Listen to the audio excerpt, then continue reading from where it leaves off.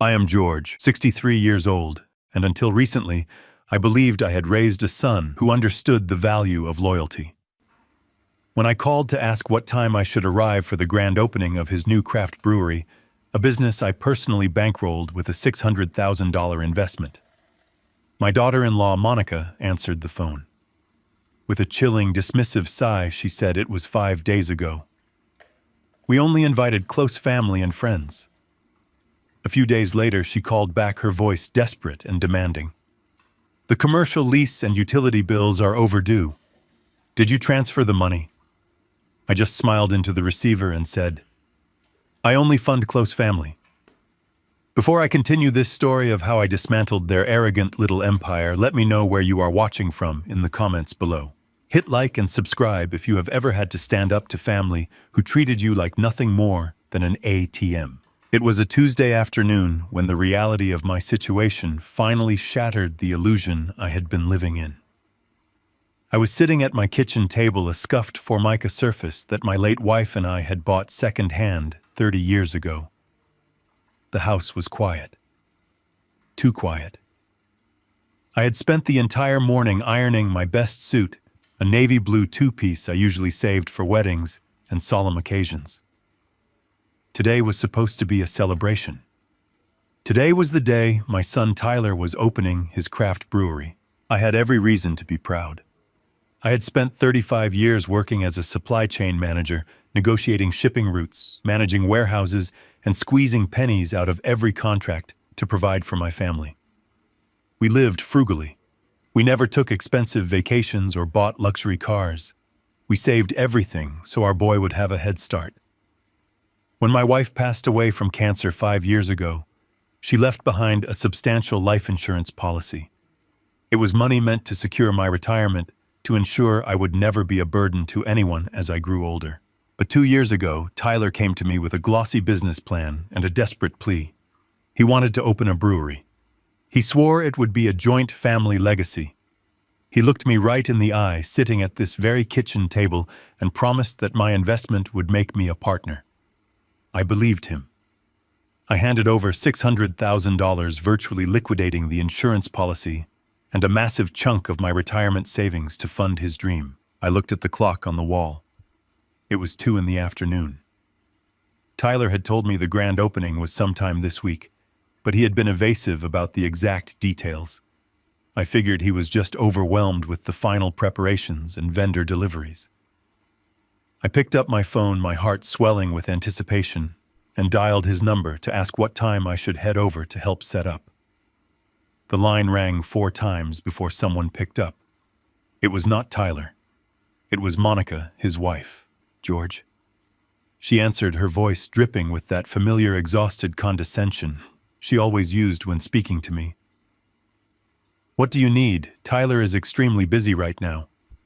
I ignored her tone, keeping my voice light and cheerful. Hi, Monica.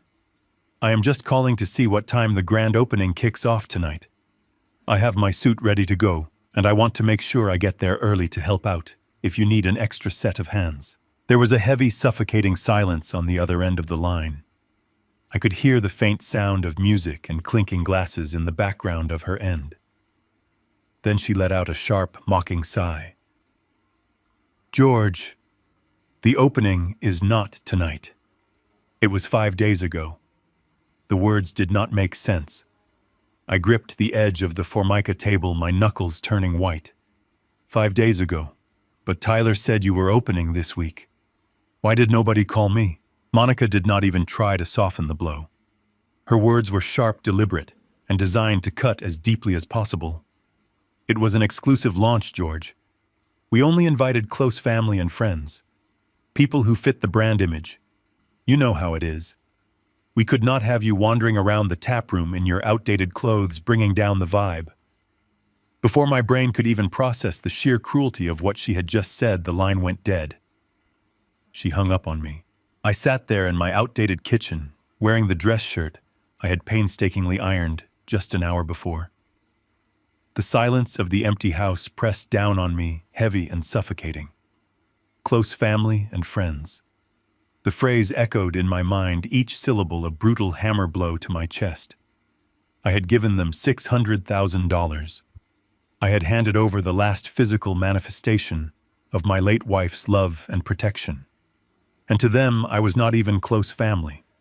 I was just the old, unstylish man who financed their elite lifestyle. I did not cry. Tears are for people who feel a sense of loss. What I felt was a cold, hard awakening. I walked over to the closet and hung up my navy suit. I took off my dress shirt, folded it neatly, and put on my everyday flannel. The grief of losing my son to his own greed vanished, replaced by a sudden, crystal-clear understanding of the battlefield I was standing on. For 35 years, my job in supply chain logistics was to identify broken links, eliminate inefficiencies, and cut off vendors who failed to deliver on their contracts. My son and his wife had just breached their contract in the most spectacular way possible. For 4 days, I did not reach out to them. I did not send an angry text.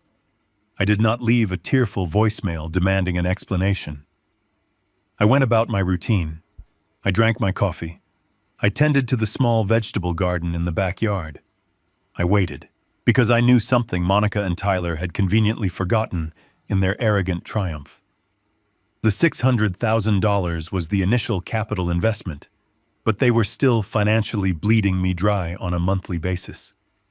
When they were setting up the business, Tyler had begged me to help cover their commercial overhead until the brewery started turning a profit.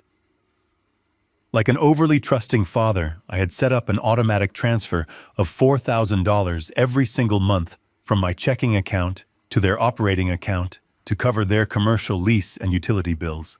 I knew the first of the month was approaching rapidly. On the 4th day of my total silence, my phone lit up. It was Monica.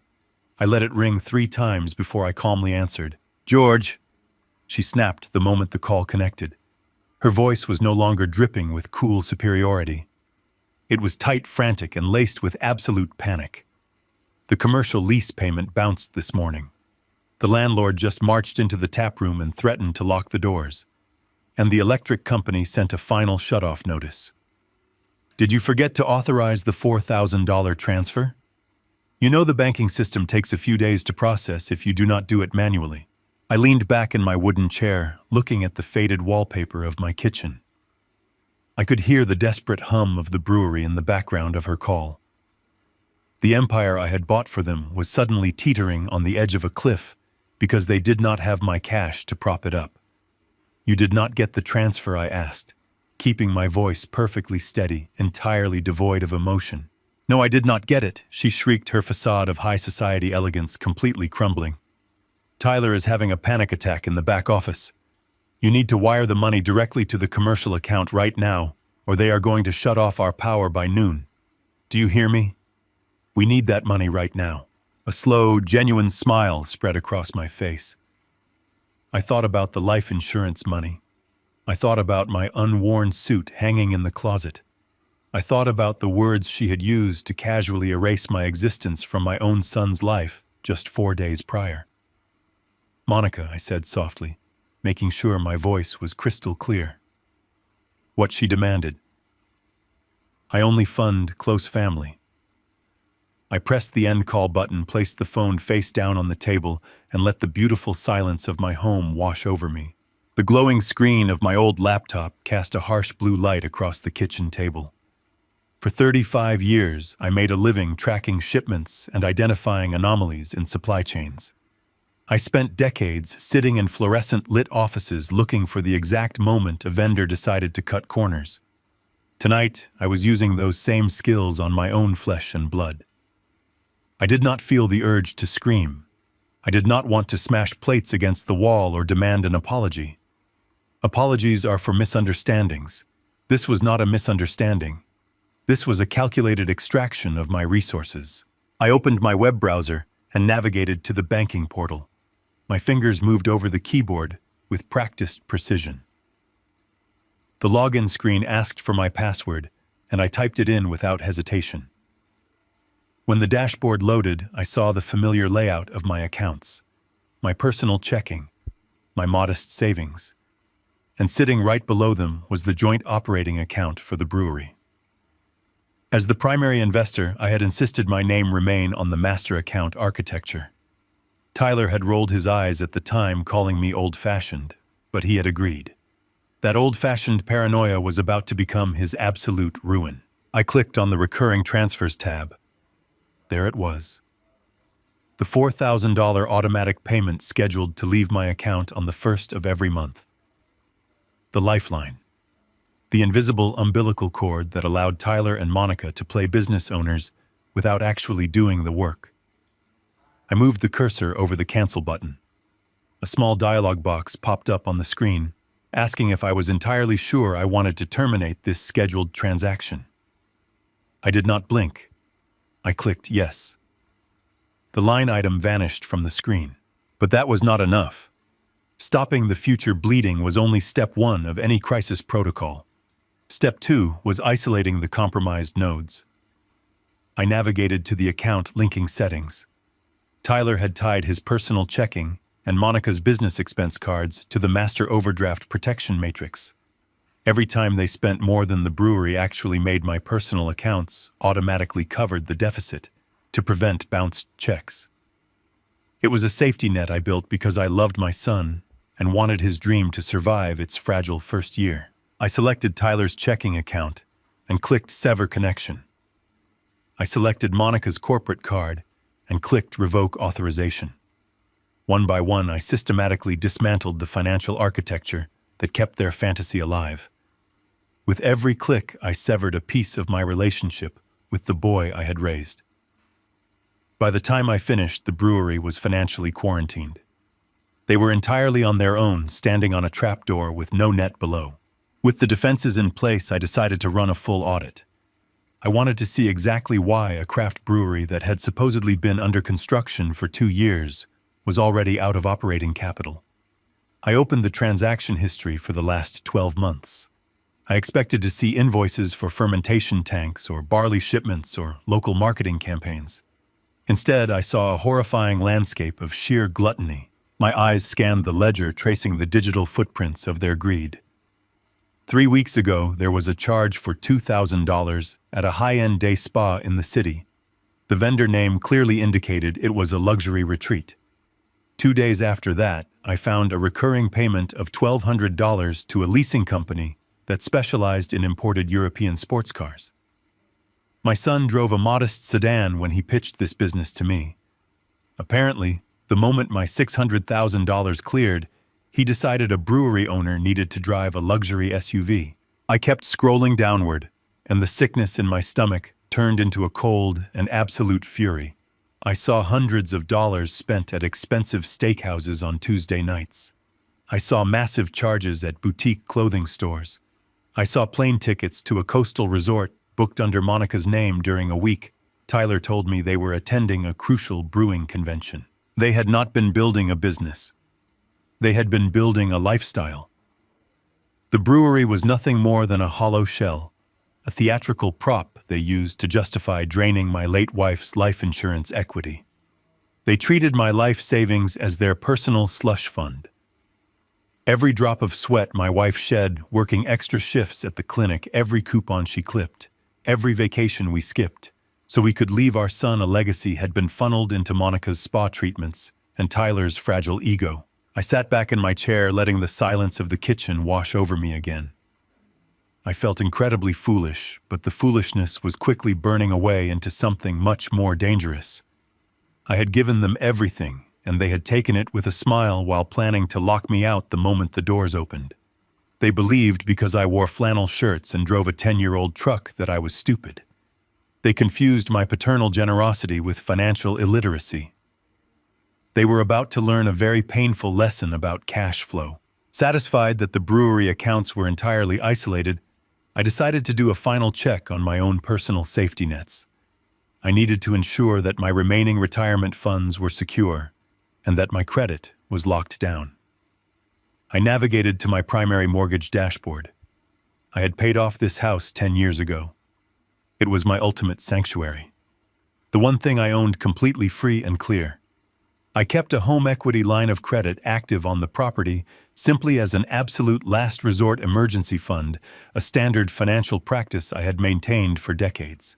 I clicked on the tab to review the dormant credit line, expecting to see a zero balance and full available equity. The page loaded slowly, the little blue circle spinning on the screen. When the numbers finally appeared, I stopped breathing. I leaned closer to the monitor, convinced my tired eyes were playing tricks on me in the dim light. I took off my reading glasses, wiped them on my shirt, and put them back on. The numbers did not change. The balance on my home equity line of credit was not zero. It was negative $150,000. My heart began to hammer against my ribs, a frantic and terrifying rhythm. I scrolled down with a trembling hand, opening the detailed document view. I clicked on the original loan origination file attached to the withdrawal. A scanned document appeared on my screen. It was a secondary commercial equipment loan legally tied to the brewery's operating license. But that was not what made the blood freeze in my veins. At the very bottom of the final page on the line designated for the primary property guarantor was my signature. I stared at the looping letters. It looked exactly like my handwriting. The slant of the G and the sharp tail of the B were perfectly replicated. But I had never seen this document in my life. I had never sat in a bank and agreed to leverage the home my wife and I built to buy commercial brewing equipment. I had never authorized a $150,000 lien against my own property. The realization hit me with the force of a freight train. The disrespect regarding the opening party was a minor emotional insult. The embezzlement of the operating capital was a gross breach of trust. But this was entirely different. My own son had forged my signature. He had committed a severe federal felony to secretly leverage my home behind my back. I looked at the date on the loan origination. It was signed 3 months ago. Right around the time Tyler had asked to borrow my old metal filing cabinet, claiming he needed it to organize some business permits. He had spent hours in my home office entirely unsupervised with unrestricted access to years of my legal documents, tax returns, and signature samples. I closed the laptop slowly. The blue light vanished, leaving me in the shadows of my kitchen. The game had just changed. This was no longer about teaching an ungrateful child a lesson in financial responsibility. This was about survival. Tyler and Monica had not just stolen my past. They had quietly engineered the theft of my future. They had put a ticking time bomb under the very roof over my head. I stood up in the dark, my hands no longer trembling. The father who had ironed his suit for his son's party was dead. The supply chain manager was fully awake, and it was time to orchestrate a complete and total liquidation. The morning sun offered no warmth as I backed my heavy truck out of the driveway. I had not slept a single minute. I had spent the remaining hours of the dark night sitting motionless at my kitchen table, staring blankly at the wall. The revelation of the massive lien against my property had completely burned away the last lingering remnants of the forgiving father I used to be. I gripped the steering wheel, feeling the worn leather texture under my calloused hands. I drove slowly through the familiar suburban streets where I had once taught Tyler how to ride his first bicycle. The neatly trimmed lawns and quiet, peaceful driveways felt like a bitter mockery to me now. My entire life had been built on a foundation of hard work and honest sacrifices, and now that foundation was cracking beneath my feet. I did not turn on the radio. The silence inside the cab of my truck was absolute, broken only by the low, rhythmic hum of the engine. I was not angry. Anger is a chaotic, messy emotion that clouds your judgment and forces you to make foolish mistakes. What I felt was a cold, calculated clarity. The kind of absolute clarity a man feels when he realizes he is standing in a room with a dangerous predator. The bank branch was just unlocking its doors when I pulled into the empty parking lot. It was the exact same branch where my late wife and I had enthusiastically opened our very first joint checking account over 30 years ago. I walked through the thick glass doors, entirely ignoring the cheerful morning greetings of the young tellers behind the counter. I marched straight to the corner office of the branch manager, Mr. Barnes. He was a meticulous, serious man with graying hair and a quiet professional demeanor. He was someone I had trusted with my personal finances for over a decade. He looked up from his computer monitor, a polite, welcoming smile forming on his face, but that smile vanished the exact moment he registered the severe expression in my eyes. I did not offer any polite small talk or morning pleasantries. I stepped into his office, shut the heavy wooden door firmly behind me, and sat down in the leather chair across from his desk. I looked him directly in the eyes and demanded he pull the complete physical file for the home equity line of credit currently attached to my residential property. Mr. Barnes frowned deeply, clearly sensing the absolute rigidness and tension in my voice. He tapped quickly on his keyboard, reviewing his screen, before standing up without a word to retrieve the physical documents from the secure filing room in the back. The 5 minutes he was gone felt like an eternity. When he finally returned, he placed a remarkably thick manila folder on the polished wood of his desk. He opened it carefully, pulling out a heavy stack of stapled legal papers and sliding them directly toward me. I picked up the document. It was a secondary commercial equipment loan officially tied to the operating license and business tax identification number of the craft brewery. The loan was collateralized directly against the paid-off equity of my personal home. I slowly turned the pages, reading the dense legal jargon, detailing the extreme financial obligations and liability clauses. Then I reached the final page, the guarantor agreement. I stared at the bottom of the page, my breath catching in my throat. There it was. My full name, George Bennett, signed in blue ink on the dotted line. The loops, the angles, and the slight pressure variations were a nearly perfect replica of my handwriting. To a stranger or even a trained bank employee processing a mountain of daily paperwork, it was an undeniable authorization. But I knew the absolute truth. I had never touched this piece of paper. I had never authorized a single penny of this debt. My own son had stolen my signature. The memory hit me with a sickening, violent clarity. 3 months ago, long before the brewery opening, Tyler had come over to my house on a quiet Sunday afternoon. He had been overly affectionate that day, bringing me a cup of my favorite dark roast coffee, acting like the devoted and caring son. He asked casually if he could borrow the heavy oak filing cabinet from my home office.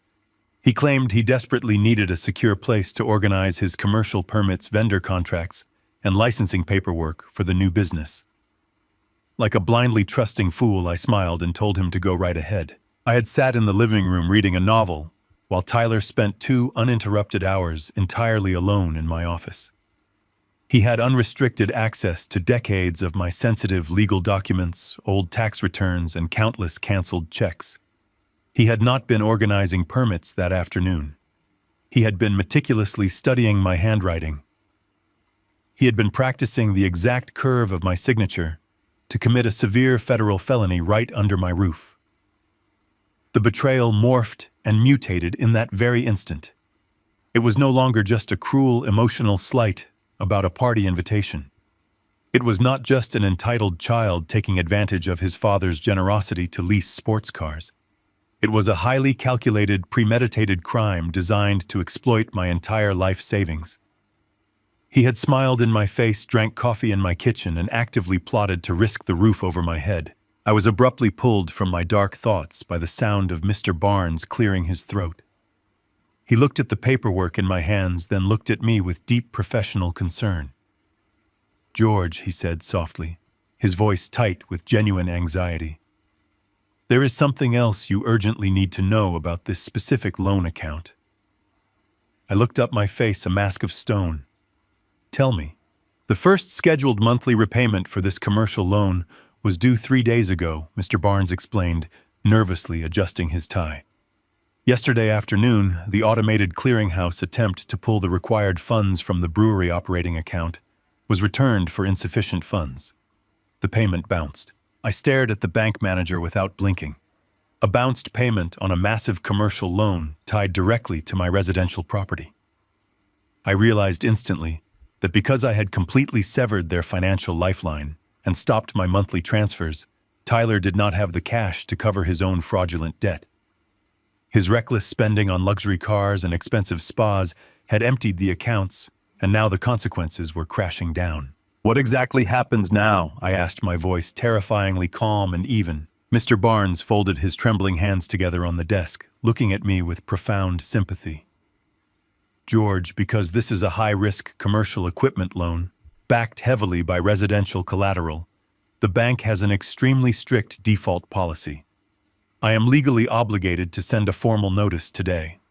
If the financial arrears are not completely satisfied within 30 days, the bank will automatically begin foreclosure proceedings on your house." The words hung in the air between us, heavy and devastating.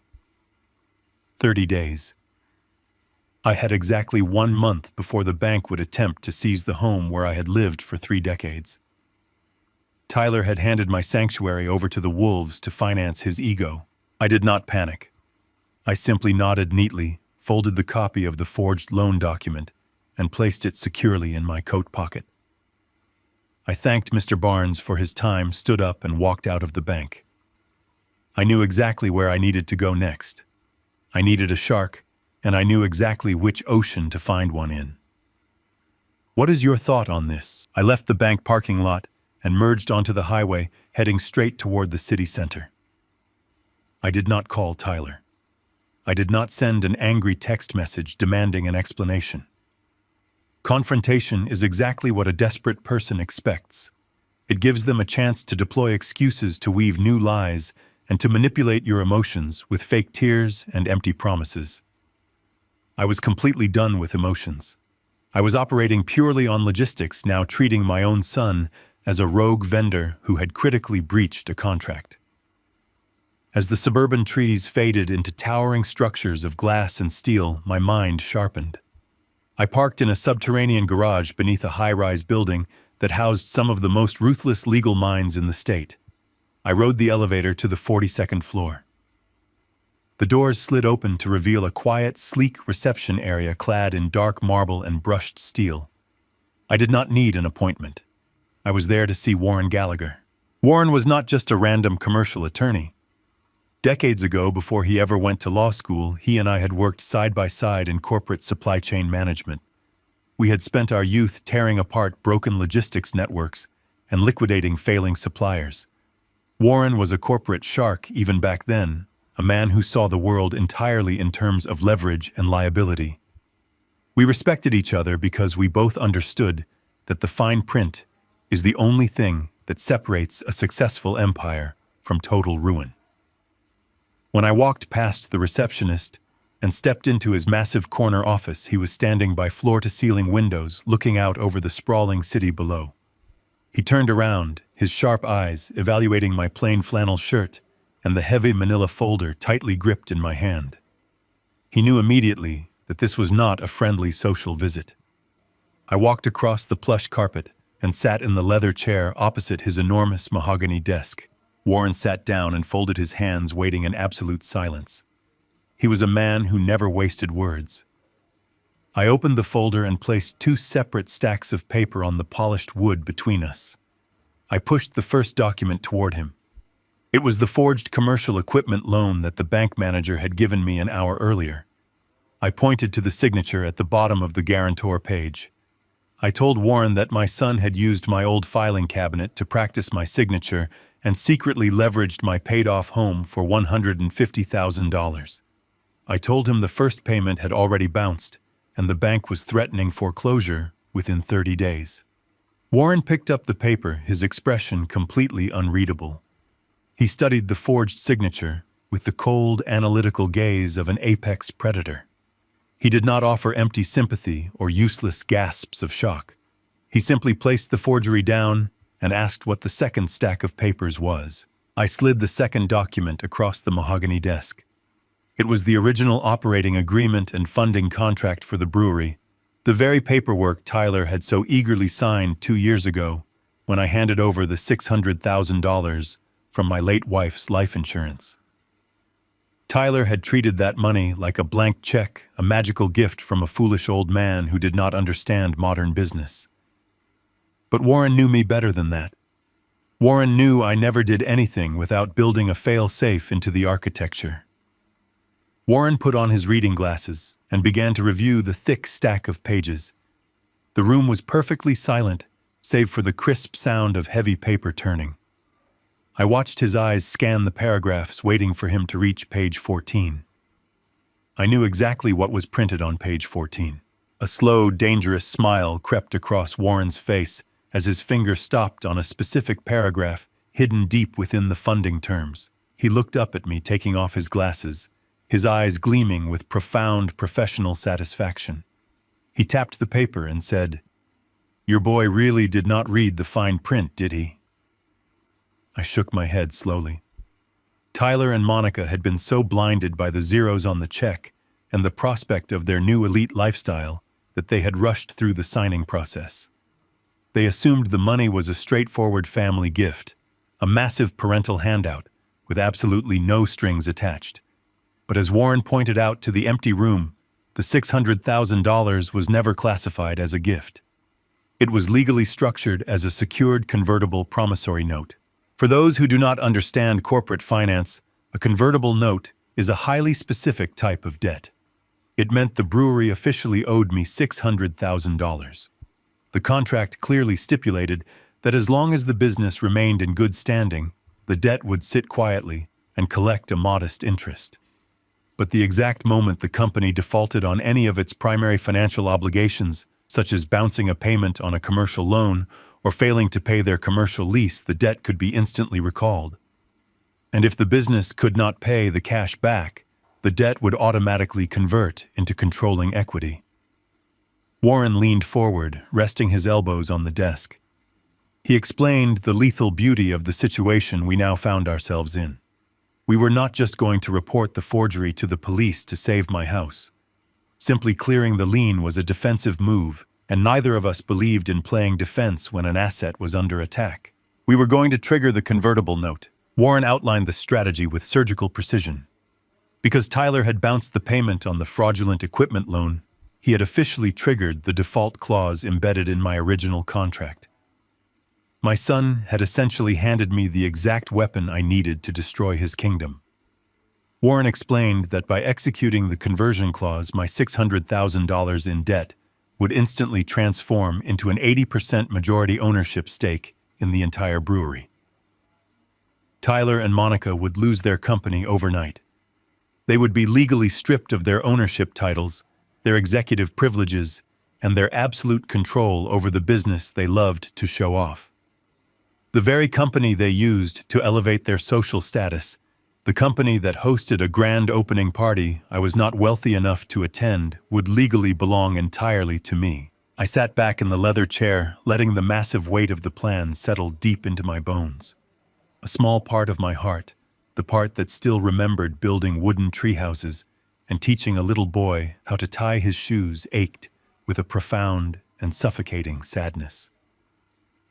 But the memory of that forged signature, the memory of Monica hanging up on me, buried that sadness under a heavy mountain of cold resolve. I looked Warren straight in the eyes and told him to execute the strategy. I wanted full control of the brewery, and I wanted it immediately. Warren did not waste a single second. He called his paralegal into the office and began dictating the official notice of default. He drafted the corporate restructuring documents that would forcibly convert my debt into majority equity. He printed the heavy legal notices on his firm's thick, intimidating letterhead. He placed them in a certified overnight envelope, addressing it directly to Tyler's business office at the brewery. The trap was no longer just set. The trap had been firmly sprung. I walked out of the law firm and stepped back into the bright city sunlight. My son thought he could quietly steal my home, but he was about to realize I was coming to legally conquer his entire world.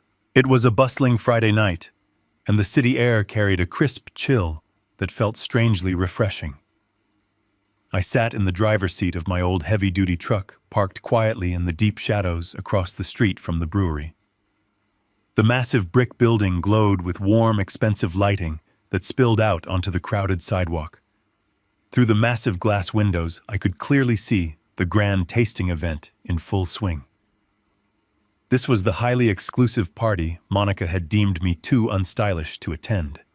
I watched as local social media influencers and minor city politicians stepped out of luxury rideshare vehicles. They posed for photographs in front of the custom-fabricated metal entrance sign, the very sign my life savings had paid for. The parking lot was filled with luxury sedans and shiny sports cars. Inside the building, the music was loud enough to vibrate the large front windows. The room was packed with people dressed in expensive casual wear, holding up their elegant tasting glasses for the flashing cameras. Monica was floating through the dense crowd, wearing a dark designer dress that likely cost more than my first automobile. She was smiling brightly, playing the role of the wealthy, successful entrepreneur to absolute perfection. Tyler stood behind the long, polished mahogany bar, acting like the undisputed king of the city, pouring expensive drinks from the imported electronic draft system. They looked completely invincible. They looked like they owned the world. But I knew the absolute truth. They owned absolutely nothing. Earlier that week, I had made a very quiet and very critical phone call from the kitchen of my suburban home. When a new business opens a large commercial space, they must establish utility accounts for water and heavy electrical usage. Because Tyler had zero commercial credit history and no real assets of his own, the utility companies required a financial guarantor to legally assume liability for any unpaid balances. 2 years ago, I had gladly signed those guarantee forms to help my son get his dream off the ground. But after discovering the forged signature and severing their access to my bank accounts, I realized I was still legally exposed to their operational debts. I called the commercial dispatch office of the regional electric provider to formally revoke my status as their financial guarantor. The customer service representative had been very polite, but she also delivered a piece of incredibly damning information. The brewery commercial account was massively in arrears. Tyler had completely ignored the electric bills for over 2 months, simply assuming my automatic bank transfers would eventually cover the severe deficit. The representative warned me that by removing my name from the guarantee, the account would immediately trigger a strict delinquency protocol. Without a reliable guarantor on file, and with thousands of dollars in unpaid bills, the power company would initiate a remote service disconnection within 48 hours. I politely thanked her for the detailed information and confirmed my request to be permanently removed from the account. I did not call Tyler to warn him. I simply let the inevitable consequences of his own financial negligence take their natural and brutal course. I looked at the digital clock on my glowing dashboard. It was exactly 8 in the evening, the absolute peak hour of their highly exclusive VIP tasting event. I rolled down my truck window and listened to the heavy rhythmic bass of the music pumping from the crowded building.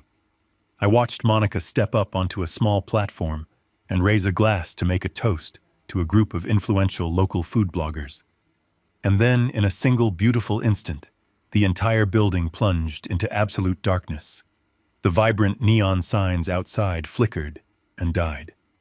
The massive industrial lights inside the bustling taproom vanished instantly. The loud music cut off so abruptly that the sudden silence felt heavy and thick and incredibly awkward. For a few long seconds, nobody moved. I could hear the confused murmurs of the large crowd drifting across the dark street. A few people nervously laughed, probably thinking it was part of a planned theatrical show. Then the harsh reality of the situation settled in. Cell phone flashlights began to illuminate the pitch-black room, casting erratic and chaotic shadows against the expensive, exposed brick walls. The fancy electronic draft system, which required constant high-voltage electricity to regulate the pressure, completely shut down. The taps stopped flowing immediately. The exclusive party was entirely dead. The flawless brand image Monica had spent thousands of my dollars to cultivate was disintegrating right in front of her most important guests. Even from the dark street, I could see the sheer panic setting in. The bright glow of cell phone lights moved frantically away from the bar and rushed toward the back office. I knew exactly what was happening behind those closed doors. The intense pressure of the sudden crisis was violently exposing the deep fundamental cracks in their marriage. Monica was not a supportive partner who would stand by her husband during a difficult crisis. She was a demanding passenger who only cared about the luxury and status of the ride. In the dark, cramped office, she completely lost her mind. She screamed at Tyler, demanding to know why the power was out and why he was ruining her perfect evening. She blamed his incompetence, hurling vicious insults at him, while the confused VIP guests lingered awkwardly in the dark tap room outside. Tyler, desperate to save his fragile ego and calm his furious wife, tried to play the role of the confident, commanding executive. He pulled out his heavy metal platinum corporate credit card, the exact card he had used to lease his luxury sports car and fund their lavish personal lifestyle. He promised Monica he would simply pay the emergency reconnection fee over the phone and have the lights back on in 5 minutes. He promised her it was just a minor administrative glitch that his vast wealth could easily fix. Tyler quickly dialed the emergency commercial utility line. He put the call on speakerphone, setting the device on his dark desk so Monica could hear him heroically solve the embarrassing problem. The dispatcher answered after a short hold and calmly explained that the commercial account was severely past due and that the primary financial guarantor had officially withdrawn all support earlier in the week. Tyler, arrogant and highly annoyed, demanded they process an immediate emergency payment to restore service to the building. He slowly and confidently read the 16 digits of his shiny platinum corporate card to the dispatcher, speaking loudly so Monica could hear his authority. He waited for the confirmation, expecting the problem to disappear with a simple swipe. The dispatcher paused. The silence on the speakerphone stretched out for several agonizing seconds while the payment system processed the request. Then the dispatcher spoke again, her voice entirely devoid of any emotion. "Sir, that corporate card has been declined." Tyler told her she must have made a typing mistake. He demanded she run the numbers again, shouting that it was a premium executive account with a massive spending limit. The dispatcher patiently ran the card a second time. "I am sorry, sir, it is declining again."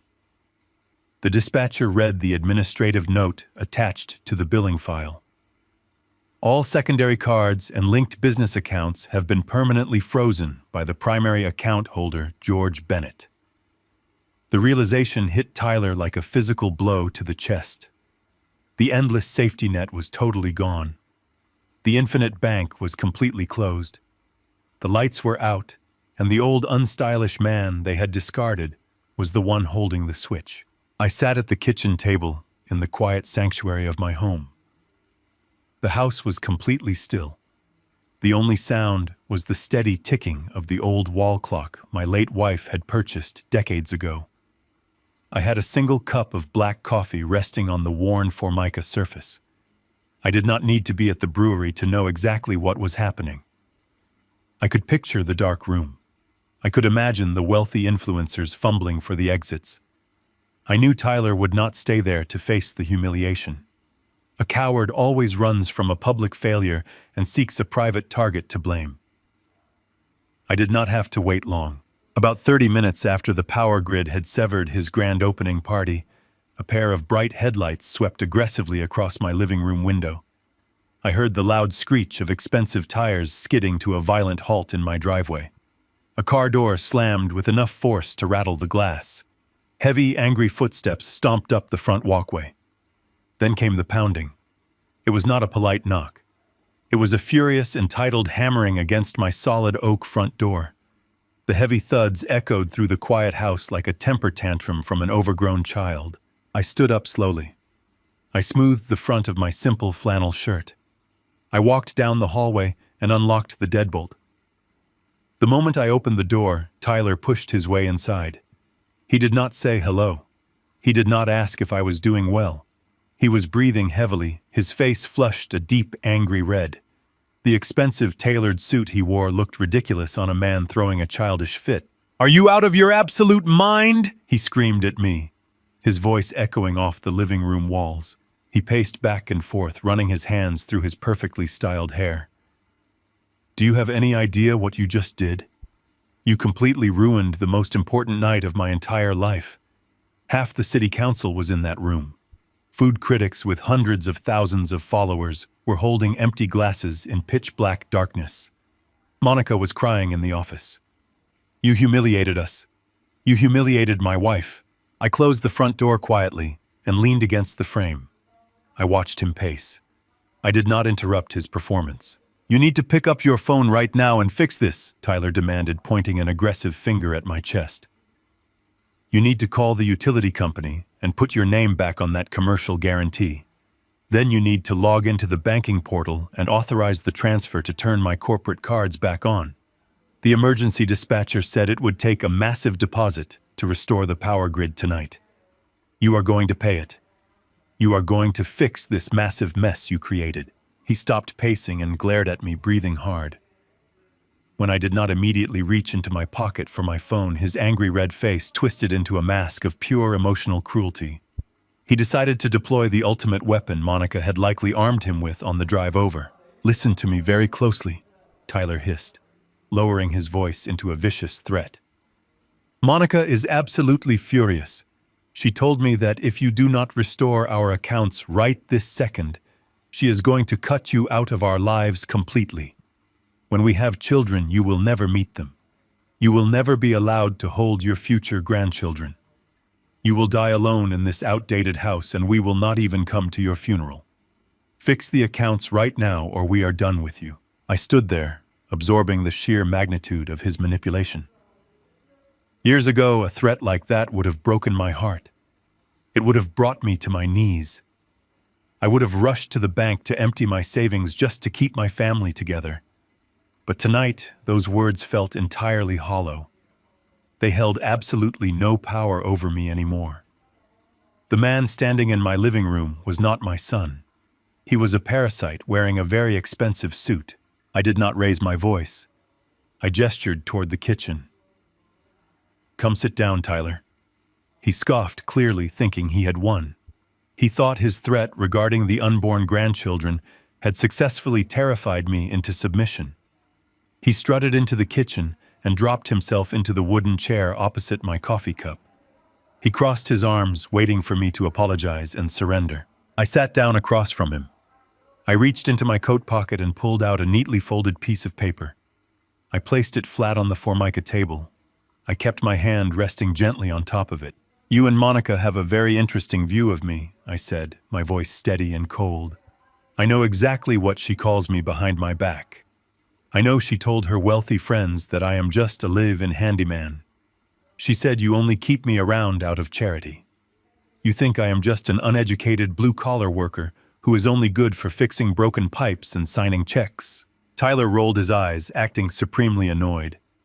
"Do not start crying about a stupid joke Monica made at a dinner party. We are talking about my business.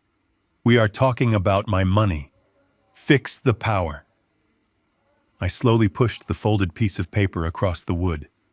It stopped directly in front of his folded arms. "Handymen fix power, Tyler," I said, looking directly into his eyes. "Felons forge signatures." Tyler froze. His entire body went completely rigid. He looked down at the paper sitting on the table. He slowly uncrossed his arms and picked it up. As his eyes scanned the text, identifying the secondary commercial equipment loan, the angry red color rapidly drained from his face. He stared at the bottom of the page where my name was perfectly written in blue ink. The exact signature he had practiced for hours while I read a book in the next room. The transformation was instantaneous and pathetic. The arrogant, commanding chief executive officer completely evaporated. In his place sat a terrified little boy caught in a massive lie. His hands began to shake so violently that the paper rattled in his grip. He dropped the document back onto the table as if it had physically burned his fingers. "Dad," he whispered, his voice cracking. The aggressive tone was completely gone, replaced by sheer terror.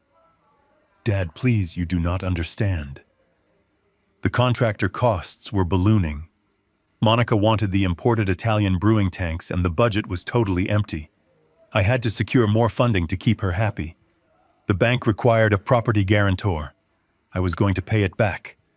I swear to you, I was going to pay every single cent back before you ever found out. I sat perfectly still. My expression did not soften. "The first payment bounced yesterday, Tyler. The bank is preparing to foreclose on my home in 30 days.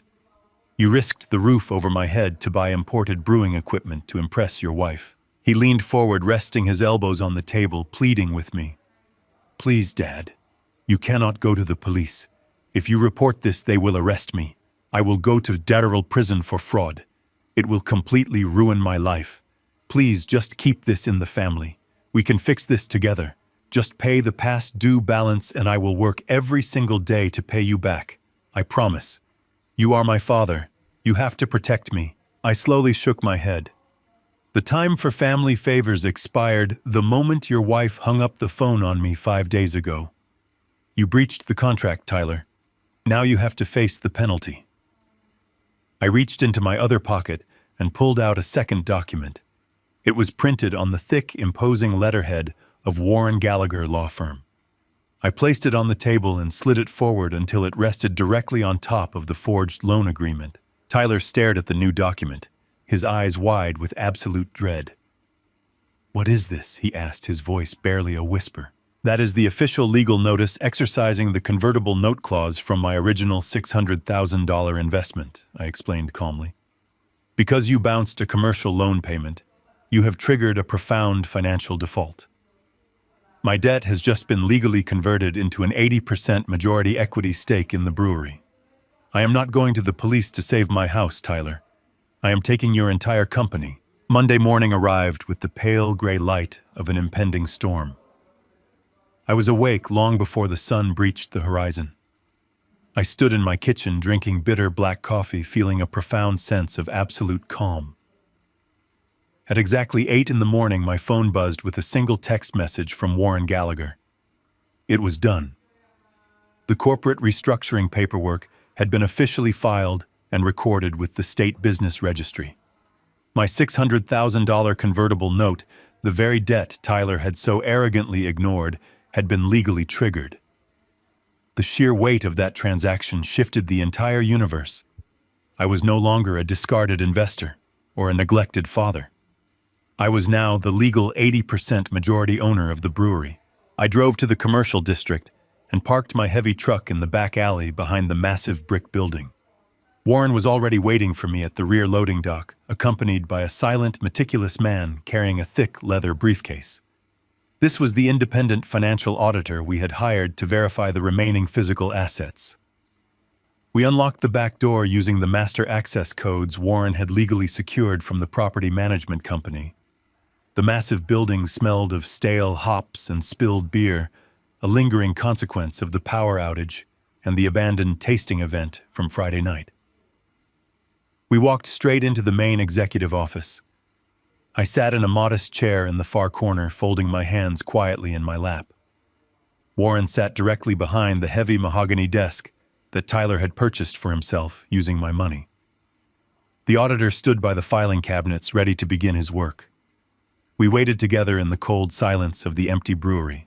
At exactly 9:30, the front doors rattled open. I could hear the sharp, rapid clicking of Monica high heels echoing across the polished concrete floor of the tap room. Tyler was speaking loudly, his voice strained with the frantic energy of a man desperately trying to maintain an illusion of control. He was complaining bitterly about the cleanup costs and blaming the utility company for the embarrassing blackout. They pushed open the glass door to the executive office and immediately froze in their tracks. Tyler stared at Warren sitting in his oversized leather chair.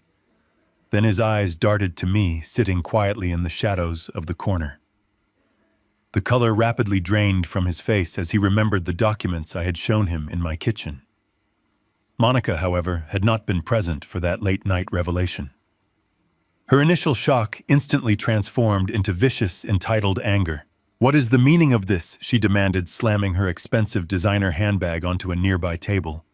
She demanded to know who these strangers were and why we were sitting in her private office. Tyler tried to take command, puffing out his chest and stepping forward. He pointed a trembling finger at Warren and ordered him to leave his building immediately. He shouted that this was a private corporate space and that he was going to call the police to have us all arrested for trespassing. Warren did not even blink at the hollow threat. He reached into his sleek briefcase and pulled out a stack of freshly printed legal documents bound with a thick blue seal. He placed them gently on the desk, right in front of Tyler. Warren looked at my son with the cold, dead eyes of a corporate executioner. He informed Tyler that nobody was trespassing today. He explained with absolute surgical precision that as of 8 o'clock this morning, the corporate structure of the brewery had been entirely reorganized. Because the company had defaulted on the commercial equipment loan, a catastrophic financial breach had been legally triggered. Warren slid the new operating agreement toward Tyler. He suggested Tyler read the very first page before picking up the phone to dial emergency services. Tyler picked up the paper, his hands shaking so violently he could barely hold it steady. He read the words, and a look of pure, hollow devastation completely swallowed his arrogant facade. Monica snatched the paper from his trembling hands, her eyes scanning the dense legal text. Warren did not wait for her to finish reading. He narrated their downfall in a perfectly even and unforgiving voice. He explained that my initial investment was never a simple family gift. It was a secured debt backed by a convertible note. By failing to manage the business properly and defaulting on their commercial obligations, they had forfeited their rights. I had executed my legal option to convert my debt into equity. Tyler and Monica had been instantly and legally demoted. They were no longer the undisputed owners of the elite craft brewery. They were now merely 20% minority shareholders with absolutely no executive voting power and zero authority to make financial decisions. The brutal reality of the situation hung heavy in the stale air of the office. Warren continued explaining that they had been reclassified as at-will employees. Their massive unearned executive salaries were officially suspended pending a comprehensive review of the company ledgers. The auditor, standing silently by the door, stepped forward and began placing security locks on the filing cabinets. The psychological devastation in the room was absolute. Tyler collapsed against the doorframe, staring blankly at the polished concrete floor as the immense weight of his destroyed empire crushed his fragile ego. He had risked everything to impress his wife, including his own freedom and my home, and now he had absolutely nothing to offer her. Monica, however, refused to accept defeat. The reality of losing her elite status, her luxury spending accounts, and her powerful social image was entirely unacceptable to her arrogant nature. She threw the legal documents back onto the desk, her face twisted in a mask of pure venom. She screamed that this was an elaborate scam and that she would never work as a simple minimum wage employee in her own business. She refused to acknowledge that the business had been entirely built on my stolen money and my forged signature. Without another word to me or to her devastated husband, Monica spun around and stormed out of the office, her heels striking the floor with furious intensity. She pushed past the heavy glass front doors and marched out into the bright morning sunlight. I remained seated in the quiet corner of the office, watching her through the massive front windows. I saw her pace aggressively back and forth on the sidewalk. She pulled out her cell phone and dialed a number with frantic, desperate energy. I had spent 35 years analyzing human behavior in high-pressure corporate logistics. I knew exactly what she was doing. She was not calling a friend to cry about her misfortune. She was calling her own aggressive defense lawyer. She was frantically attempting to establish a brand new shadow corporation. She was formulating a hasty and illegal plan to transfer the expensive brewing equipment and the lucrative vendor contracts out from under my newly established control before the auditor could fully lock down the inventory. She paced like a caged animal on the pavement, her mouth moving rapidly as she barked orders into her phone. I watched the frantic gestures of her hands, knowing that every word she spoke was digging her deeper into a legal grave. A shadow corporation would require new tax identification numbers, new lease agreements, and entirely new vendor relationships. It was a logistical nightmare that took months to build properly, but she was arrogant enough to believe she could accomplish it in a single morning. Tyler remained slumped against the doorframe, entirely useless and completely oblivious to his wife actively plotting to steal the remaining assets right out from under him. He was too paralyzed by his own failure to see that his marriage was disintegrating just as fast as his business. I stood up from my chair and buttoned my flannel shirt, feeling a profound sense of readiness. The hostile takeover was legally complete, but the real war for the physical assets was just beginning. I turned to Warren and nodded, giving him the silent signal to begin the deep forensic dive into their chaotic financial records. I had secured the building and the corporate entity, but now I had to defend the supply chain from a highly motivated and deeply entitled thief. Monica did not waste a single second mourning the loss of the corporate office. She drove her leased luxury sedan to a high-end coffee shop across town and immediately opened her silver laptop. She was operating on pure adrenaline and blind arrogance. She firmly believed that commercial business was simply a matter of smooth talking and aggressive networking. She pulled up the master vendor list she had quickly emailed to herself before fleeing the brewery. She began dialing the primary suppliers one by one. She called the massive malt distributors in the valley. She called the glass bottle manufacturers on the coast. She called the regional logistics companies that handled their intricate shipping routes. She presented a beautifully constructed and entirely fraudulent lie. She told them a hostile family takeover was temporarily disrupting their daily operations. She claimed an estranged father had lost his mind and was trying to maliciously ruin their highly successful brand. She introduced her brand new shadow corporation, spinning it as a fresh, innovative venture, completely free from toxic family drama. She urged every supplier to quickly redirect all future shipments and outstanding invoices to her new business entity, promising them lucrative long-term contracts the exact moment the dust settled. She smiled into the phone using her sweetest, most persuasive voice, absolutely convinced she was completely outsmarting a foolish old man. Meanwhile, I sat comfortably in the executive office of the brewery, listening to the quiet tapping of the auditor, compiling the damning evidence of their massive embezzlement. I did not need to run around town making desperate, frantic phone calls. I reached into my coat pocket and pulled out a worn, leather-bound address book. It was an old-fashioned tool from an old-fashioned era, but it contained an intricate network of deep relationships Monica could never possibly understand. During my 30-year career in supply chain management, I did not just sit in a cubicle signing generic delivery manifests. I personally built the regional logistics pathways that kept this entire state moving. Decades ago, when the current owners of the biggest distribution companies were just young warehouse managers struggling to make weekly payroll, I was the man who taught them how to optimize their routes and aggressively negotiate freight rates. I mentored them. I attended their weddings. I stood by them when the commercial markets crashed. I knew the exact people Monica was currently trying to manipulate. I opened the leather book and dialed the private direct line of Marcus Thorne, the undisputed owner of the largest hops distribution network in the region. Marcus answered on the second ring. His voice carried the deep, genuine respect of a man who remembered exactly where he came from. I did not ask him for any illegal favors or shady backdoor deals.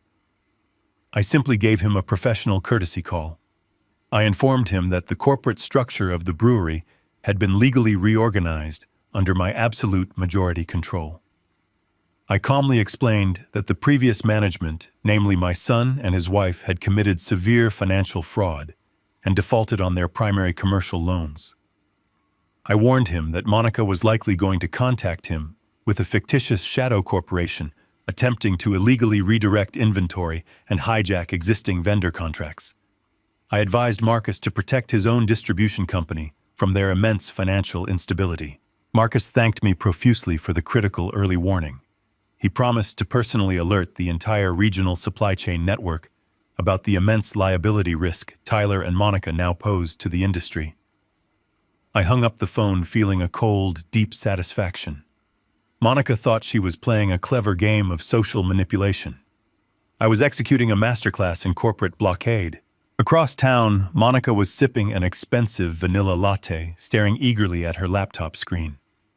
She was waiting for the digital signatures to arrive for her new shadow contracts. She firmly believed her charm and social media status had successfully secured the raw materials she needed to rebuild her stolen empire. Her phone began to ring. The caller identification displayed Marcus Thorne, the king of the regional hops supply. She answered with a victorious smile, completely ready to finalize the illegal transfer of physical assets. She greeted him with enthusiastic praise, telling him how excited she was to take their business relationship to the next level under her new exclusive brand. Marcus did not return her cheerful greeting. His voice was cold, sharp, and entirely devoid of the friendly customer service tone she was accustomed to hearing. He did not let her finish her rehearsed sales pitch. He bluntly informed her that he was fully aware of the illegal shadow corporation she had hastily formed that morning. He told her he knew all about the fraudulent loan, the defaulted utility bills, and the massive embezzlement from the operating accounts. Monica felt the blood completely drain from her face. Her sweet, confident smile vanished instantly, replaced by sheer, absolute panic. She stammered desperately, trying to control the narrative, claiming it was all a terrible misunderstanding, manufactured by a jealous old man. Marcus cut her off with brutal finality. He explained that the old man she was insulting happened to be the most respected logistics manager in the entire state.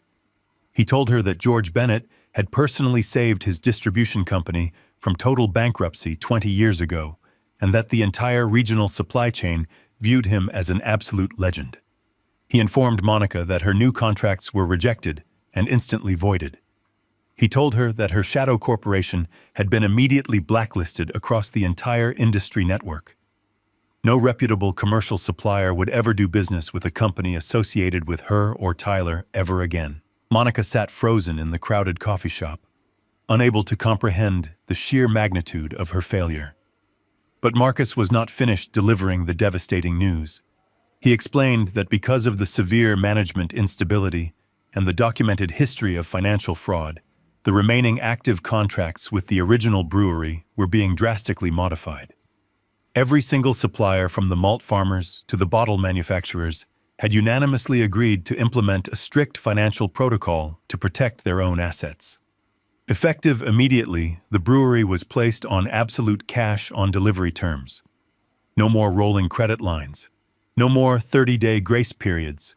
No more invoices paid with phantom funds. If they wanted a single grain of hops or a single empty glass bottle delivered to the loading dock, they had to hand the truck driver physical certified cash the exact moment the delivery arrived. The phone call ended, leaving Monica staring at her dark screen in total horror.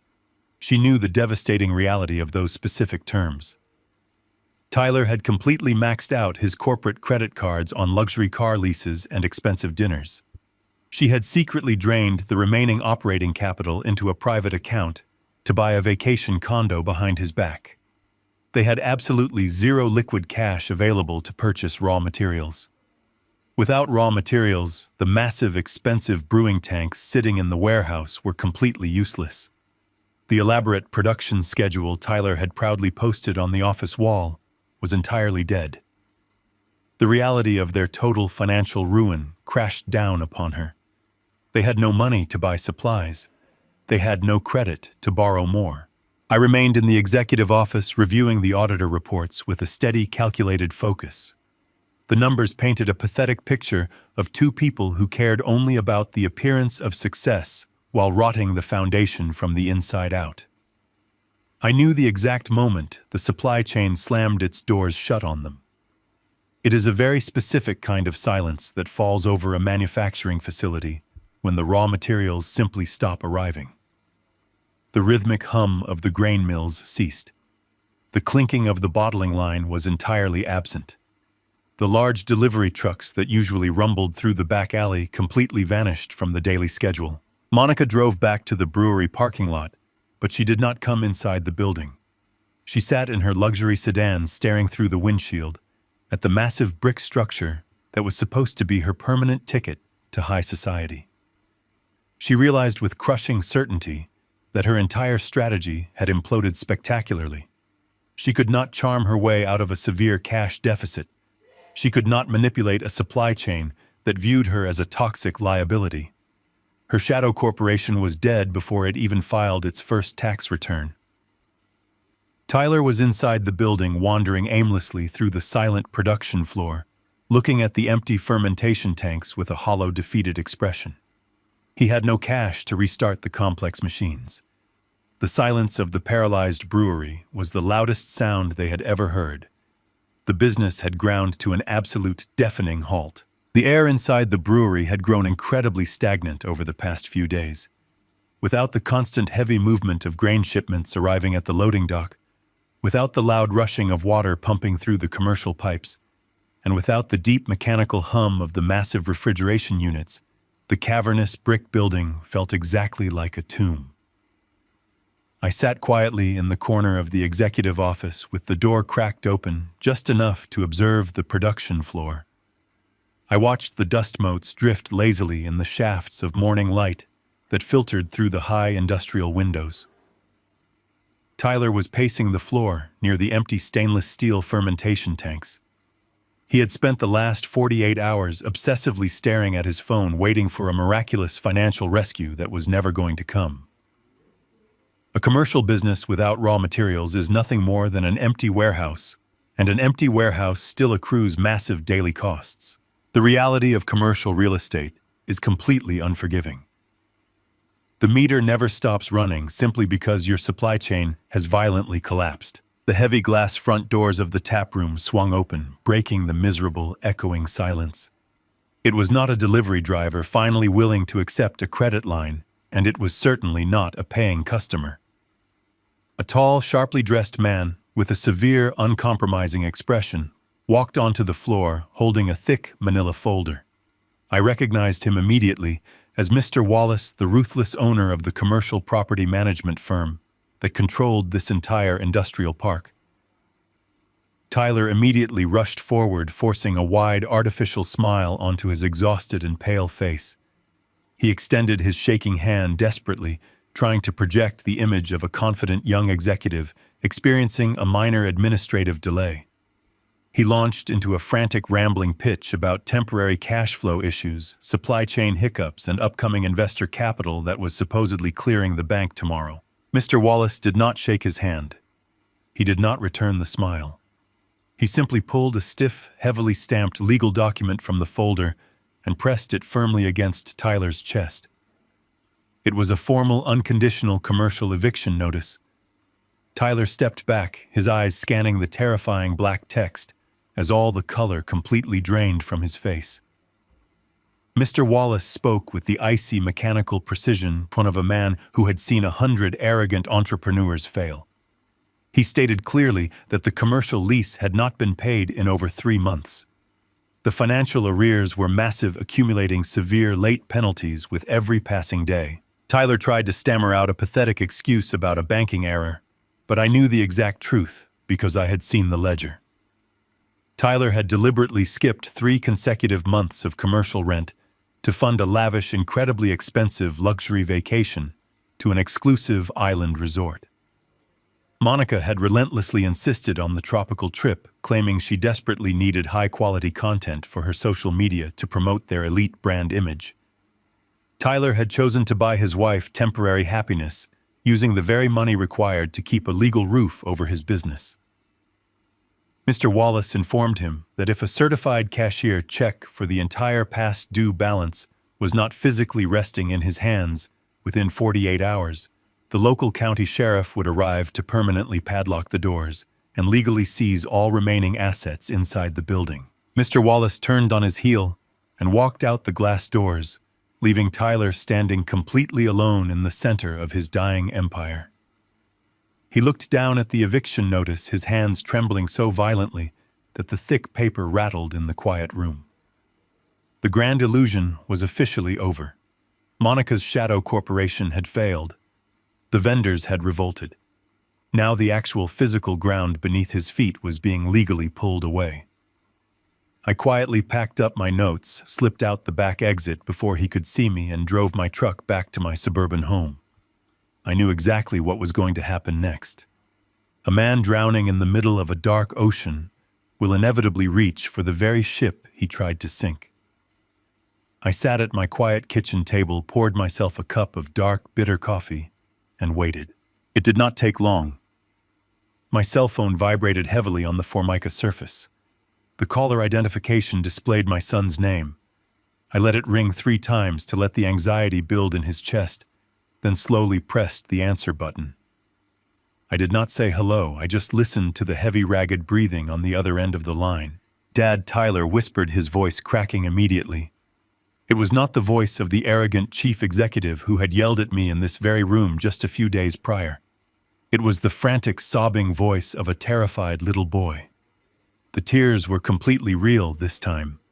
He was crying so hard he could barely form a coherent sentence. He confessed that the landlord had just served him with an eviction notice. He admitted he was 3 months behind on the rent. He begged me to help him. He pleaded with me to transfer the money to save the physical location, promising over and over that he would change, that he would work hard, that he would do whatever it took to make things right. Then he tried to play his final, desperate, emotional card. He tried to weaponize my own memories against me. "Dad, please," he sobbed through the phone. "Do you remember that wooden treehouse you built for me in the backyard when I was 10 years old? Do you remember how it stormed that first summer, and I was so scared the wind was going to tear it down? You went out in the pouring rain and nailed extra support beams to the trunk just so I would feel safe. You always protected me. You always made sure my foundation was secure. Please, I am begging you, do not let them tear down my business. We are family. I just need one more chance to make you proud." I sat perfectly still, letting his tears and his carefully calculated nostalgia wash over me. Years ago, a story like that would have broken my resolve completely. I would have felt the deep, instinctual, paternal urge to rush out into the storm and nail the support beams to his fragile life. I would have emptied my bank account to shield him from the harsh elements. But I was no longer that blindly trusting father. I saw the emotional manipulation for exactly what it was. A desperate thief trying to pick the lock to my vault using a sentimental key. I took a slow sip of my coffee. I let the silence stretch out across the phone line, forcing Tyler to sit in the agonizing weight of his own monumental failure. Finally, I spoke, my voice entirely devoid of any warmth or anger. I told him I remembered the treehouse perfectly. I reminded him that I had built that structure with my own 2 hands using honest sweat and solid wood, not forged signatures and stolen money. I let that hard truth hang in the air for a long moment. Then I delivered my terms. I told him I would pay Mr. Wallace. I told him I would personally hand the landlord a certified check to clear the massive arrears and legally save the physical building from the sheriff. Tyler let out a loud, gasping sob of pure relief, thanking me repeatedly, promising he would pay me back every single cent. I cut him off immediately. I told him my financial rescue came with one absolute non-negotiable condition. I would save the building, but in exchange I demanded a full independent forensic audit of the brewery financial books, covering the entire last 12 months. I told him a ruthless team of accountants would dissect every single receipt, every bank transfer, and every hidden credit line. I demanded total, unhindered transparency. The sudden, suffocating silence on the other end of the line told me everything I needed to know. Tyler was absolutely terrified of what those accountants would uncover in the ledgers. He knew a true forensic audit would expose every dirty secret he and Monica had tried to bury. But he was entirely trapped.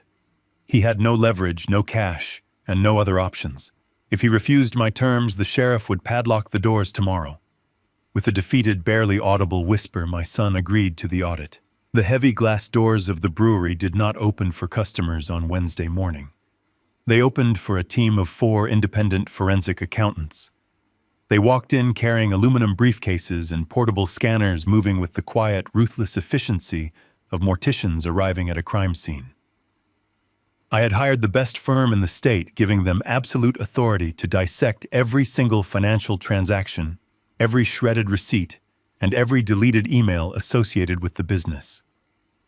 Tyler and Monica stood near the empty bar, watching in absolute silence as the team systematically commandeered the executive office. I did not interfere. I simply pulled a modest folding chair into the far corner of the room, sat down, and opened a thick paperback novel I had brought from home. For 3 agonizing days, I sat in that corner and turned the pages, letting the terrifying weight of the audit slowly suffocate them. I knew from my decades in corporate logistics That nothing breaks a liar faster than the slow, methodical ticking of a clock while someone examines their numbers. The atmosphere inside the dead brewery grew increasingly toxic with every passing hour. Tyler paced the production floor, running his hands through his unwashed hair, his expensive suits replaced by wrinkled shirts. He believed he already knew the worst of it.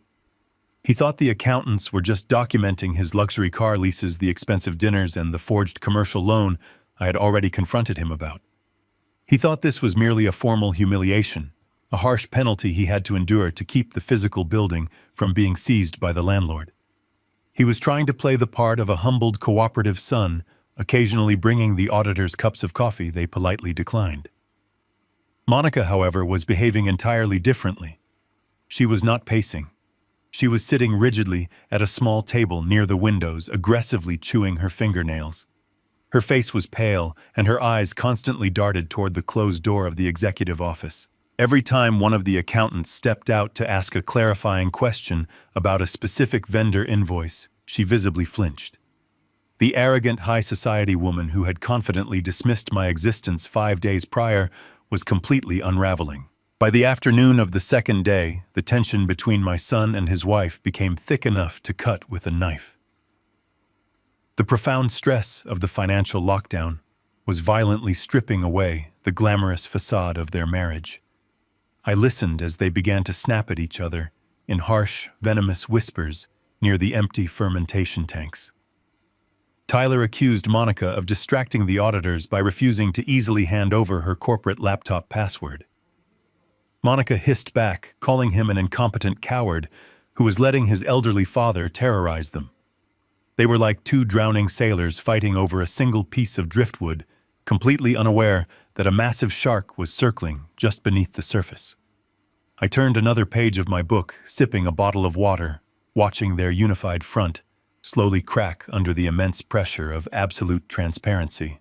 They had built their entire relationship on the shallow foundation of stolen wealth, and now that the wealth was frozen, they had absolutely nothing left holding them together. On the morning of the third day, the lead forensic accountant, a sharp, meticulous woman named Sarah, walked out of the office. She carried a thick, neatly bound portfolio. The clicking of her sensible heels on the concrete floor echoed like a judge striking a gavel. Tyler immediately stopped his pacing and rushed toward her, forcing a pathetic, eager smile. He asked if they were finally finished, desperately hoping he could just sign a confession for his bad spending habits and move on with his life. Sarah did not look at him. She walked directly across the large room and handed the portfolio to me. I closed my novel, placed it on the floor, and opened the financial report. The numbers were laid out in stark, undeniable black and white. Tyler and Monica slowly walked over, standing a few feet away like guilty children waiting for their punishment to be read aloud. The air in the room grew entirely still. I scanned the executive summary, my eyes moving down the columns of identified liabilities and misappropriated funds. The luxury leases were fully documented. The extravagant restaurant charges were tallied.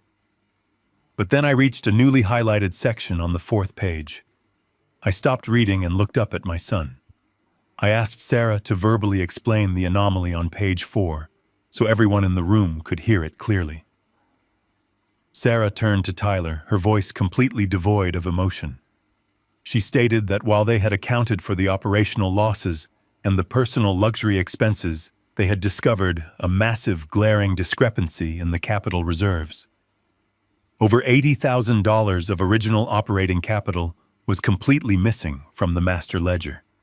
It had not been spent on the business, and it had not been spent on Tyler and his cars or vacations. It had simply vanished through a highly sophisticated series of ghost transactions over the past 9 months. Tyler frowned, genuine confusion washing over his exhausted face. He shook his head, stammering that there must be a mistake in the software. He insisted he had tracked every single dollar he wasted. He looked at me, pleading with his eyes, swearing that he had confessed to all of his financial sins. He swore he did not steal an extra $80,000. He demanded Sarah check the ledgers again, his voice rising in panic, as he realized he was being accused of an embezzlement he genuinely knew nothing about. I did not look at Tyler. I slowly shifted my gaze to Monica. All the blood had completely drained from her face. She looked as though the concrete floor had suddenly opened up beneath her feet. Her hands were trembling violently, and she took a slow, terrified step backward toward the exit. She looked like a trapped animal finally realizing the cage door was locked. Sarah opened her own copy of the report and continued speaking. She explained that the forensic software had successfully traced the ghost transactions. The $80,000 had been systematically siphoned out of the brewery accounts in small, untraceable increments to avoid triggering bank alerts. The money was routed through a third-party payment processor and deposited directly into a private, hidden savings account. Sarah read the name on the secret destination account out loud. It was registered under Monica maiden name. The auditor then revealed the final destination of the stolen funds. Just 3 weeks ago, that exact $80,000 was wired to a luxury real estate brokerage as a cash down payment for an exclusive vacation condo on the coast. The deed for the condo was registered solely to Monica. She had been quietly preparing a luxurious escape plan entirely behind her husband's back. The silence that followed was absolute and devastating. Tyler slowly turned his head to look at his wife.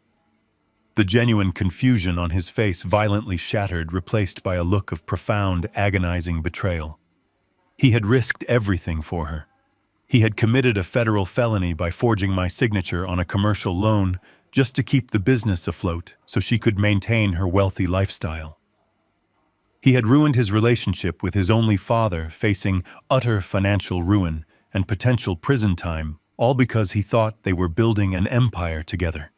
And the entire time he was desperately sinking the woman he loved, had been secretly bleeding the hull dry to buy herself a private tropical escape route. The realization crashed into him, destroying whatever love he still held for her. Monica opened her mouth to speak, but no words came out. She raised her hands defensively, backing away from the pure, unadulterated hatred radiating from her husband. Tyler unleashed a scream of absolute fury that shook the empty brewery. He lunged toward her, his voice cracking as he unleashed a torrent of vicious accusations. He screamed that she was a parasite, a deceitful thief who had destroyed his life while pretending to be his partner. He screamed about the sleepless nights he spent agonizing over the forged documents, terrified of going to jail, while she was secretly shopping for coastal real estate with stolen money. Monica screamed back, her arrogant mask entirely gone, blaming him for being a pathetic, weak man who could not pursue the life she deserved. I sat quietly in my folding chair, watching the fiery destruction of their marriage. The unified front they had so proudly displayed when they banned me from their opening party was completely eradicated. They were no longer a powerful elite couple looking down on a foolish old man. They were two desperate thieves tearing each other apart in the ruins of their own greed. I closed the financial portfolio, picked up my paperback novel, and stood up from my chair. I did not say a single word to either of them. The truth had already done all the talking necessary. I walked past their screaming match, pushed open the heavy glass doors, and stepped out into the bright afternoon sun, leaving them locked in the dark prison they had built for themselves. The rain had started just after twilight, falling in a steady, cold rhythm against the roof of my house. I was sitting in my living room reading a biography of a 19th century industrialist when the doorbell rang. It was past 10 at night. I did not need to check the newly installed security cameras to know who was standing on my porch. Tyler was currently drowning in the wreckage of his shattered pride at some cheap motel. That left only one rat willing to swim back to the very ship she had tried to sink. I marked my page, placed the book on the side table, and walked to the front door. I opened it to find Monica shivering in the cold, damp air. The expensive designer dress she had worn to the brewery earlier that day was rumpled and stained with rain. Her heavy makeup was slightly smeared, giving her the appearance of an actress whose play had just been violently canceled. She looked up at me with wide, terrified eyes, deliberately attempting to project an aura of total vulnerability.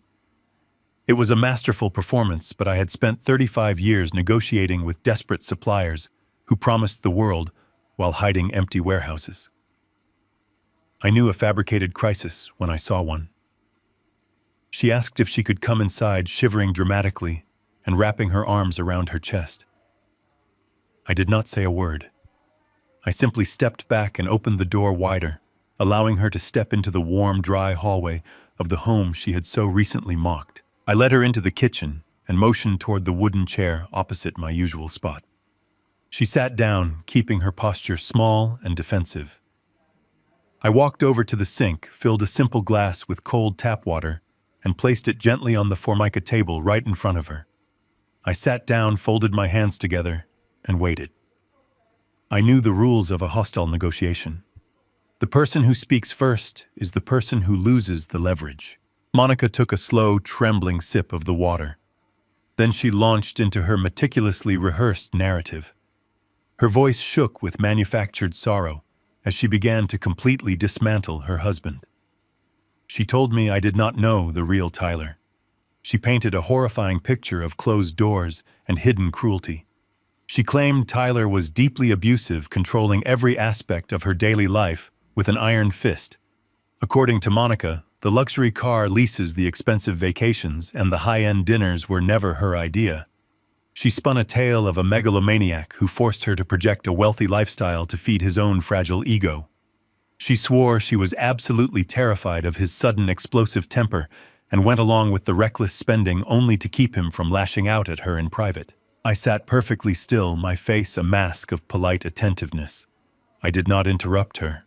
I did not challenge the obvious holes in her story. I just let her talk. She leaned forward across the table, lowering her voice to a conspiratorial whisper. She told me she had actively begged Tyler not to leverage my house. She claimed she cried and pleaded with him the day he stole my signature, but he physically threatened her to keep quiet.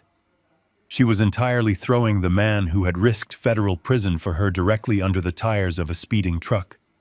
It was a breathtaking display of pure, unadulterated selfishness. She spoke continuously for 20 agonizing minutes, weaving a complex tapestry of victimhood and helpless compliance. She wanted me to view her as a captive prisoner who had finally managed to escape her cruel warden. When she felt she had thoroughly convinced me of her complete innocence, she finally laid her cards on the table. She took a deep breath, wiped a single calculated tear from her cheek, and presented her business proposition. She acknowledged that I now held 80% of the corporate equity. She knew she and Tyler retained a useless 20% minority stake. She leaned closer, her eyes hardening with the cold calculation of a true mercenary. She offered me a comprehensive deal. She promised to formally sign over her entire portion of the remaining minority shares, giving me absolute, undisputed ownership of the brewery. Furthermore, she offered to act as the primary star witness for the federal authorities and the bank. She promised to testify in open court that she physically watched Tyler practice my signature and forge the commercial loan documents. She would hand the prosecution his head on a silver platter, ensuring he took the sole fall for the embezzlement and the fraud. I looked at her, keeping my voice gentle and curious. I asked her what she required in return for this incredible level of cooperation. Monica did not hesitate. The vulnerable, battered wife routine instantly vanished, replaced by the sharp demands of a cornered thief. She demanded $50,000 in untraceable cash. She claimed she needed the money to hire a divorce attorney, pack her bags, and move across the country to start a brand new life, far away from Tyler and the toxic mess he had created. She promised that if I gave her the buyout, she would quietly walk away clean, leaving me with a booming business and zero legal hurdles to clear my property lien. $50,000 for my total freedom, she whispered, treating the betrayal of her husband like a standard corporate discount. I looked at the woman sitting at my kitchen table. She was willing to sell out the man she married for a fraction of the money she had secretly stolen to buy a coastal condo. I slowly reached out and picked up my cell phone, which had been resting face down on the wood right between my coffee cup and her glass of water. I turned the screen over. The bright white light illuminated the dark kitchen. I tapped the large red square in the center of the screen, stopping the voice memo application. The digital timer froze at 24 minutes and 12 seconds. Monica stopped breathing. The confident mercenary glint in her eyes was instantly replaced by genuine suffocating horror. She stared at the glowing screen, realizing with absolute clarity that I had not been captivated by her emotional performance. I had been systematically recording a full, uncoerced confession of her conspiracy and her active attempt to extort a cash buyout. I looked at her, my voice dropping to a low, chilling register. In my 35 years of managing supply chains, I have dealt with thousands of failing vendors. Do you want to know the one type of supplier I never ever negotiate with, Monica? I never negotiate with a rat who offers to burn down their own warehouse just to secure a severance package. She tried to lunge across the table to grab the phone, her manicured hands clawing desperately at the air. I calmly pulled the device back easily, avoiding her frantic grasp. I tapped the share icon, attached the audio file, and selected Tyler from my contacts list. I pressed send. A soft, pleasant swoosh sound echoed in the quiet kitchen, confirming the heavy audio file had been delivered directly to her husband at his cheap motel room. I set the phone back down and looked at her pale, trembling face. Tyler just lost his business, his money, and his pride, I said smoothly. Now, thanks to your own mouth, he knows exactly who was holding the knife in the dark. I suggest you leave my house, Monica. You have a very angry husband who is about to ask you a lot of difficult questions about loyalty. Monica stumbled backward, knocking the wooden chair to the floor with a loud clatter. She did not say another word.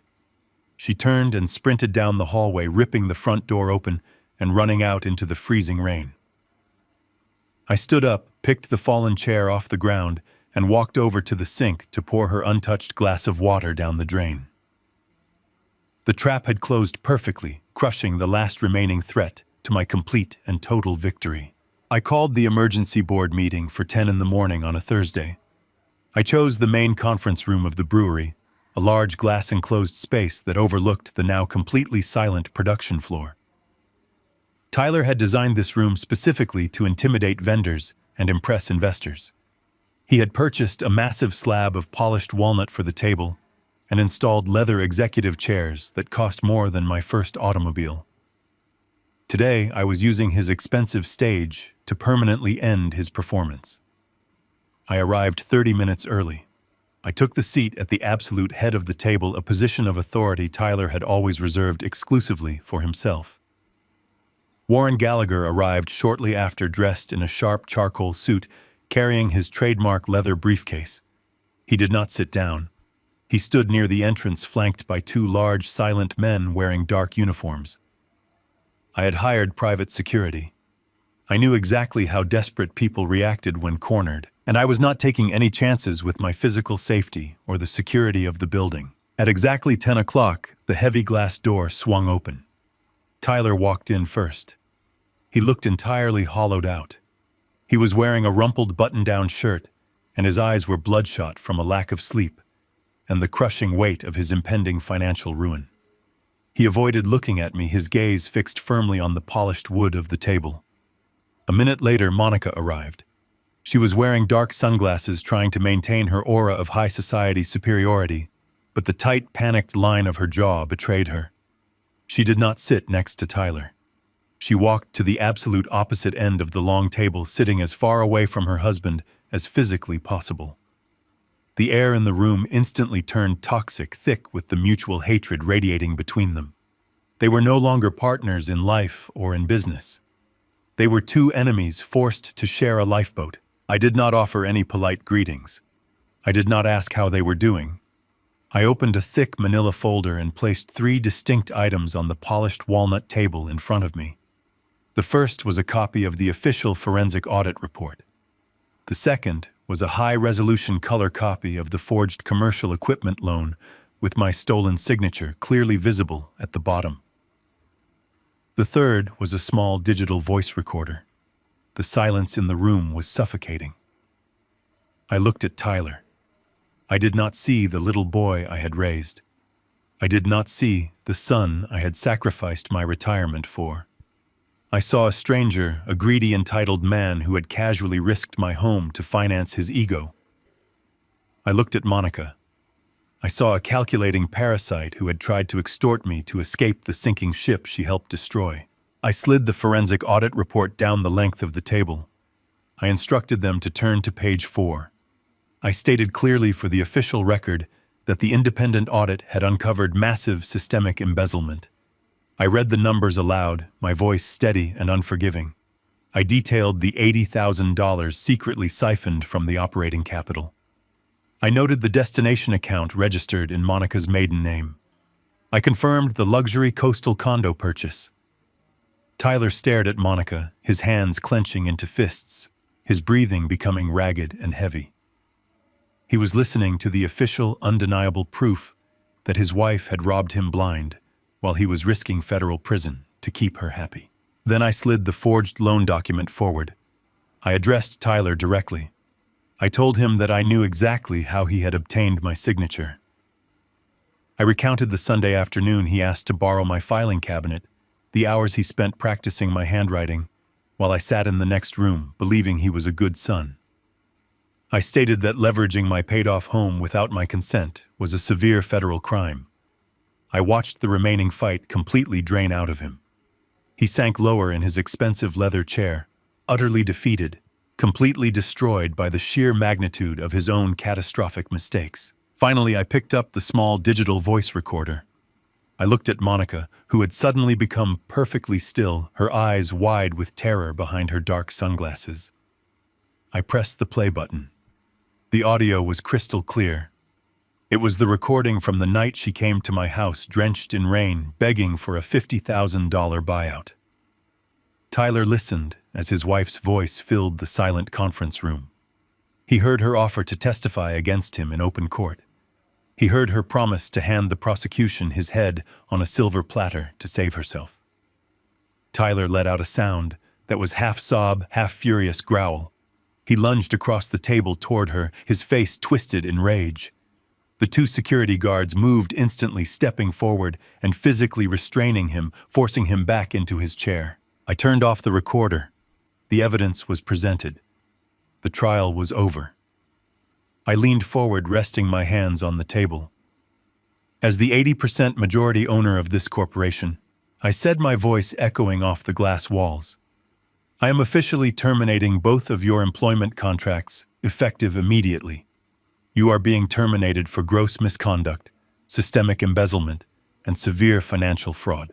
Monica began to stammer, trying to launch into another pathetic excuse, but Warren cut her off sharply. He informed them that their minority shares were currently frozen due to the active embezzlement investigation. They had absolutely zero standing, zero authority, and zero rights within this building. I instructed them to stand up.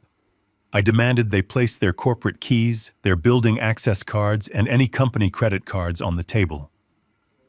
Tyler reached into his pocket and pulled out his keys, his hands shaking violently. He dropped them onto the wood.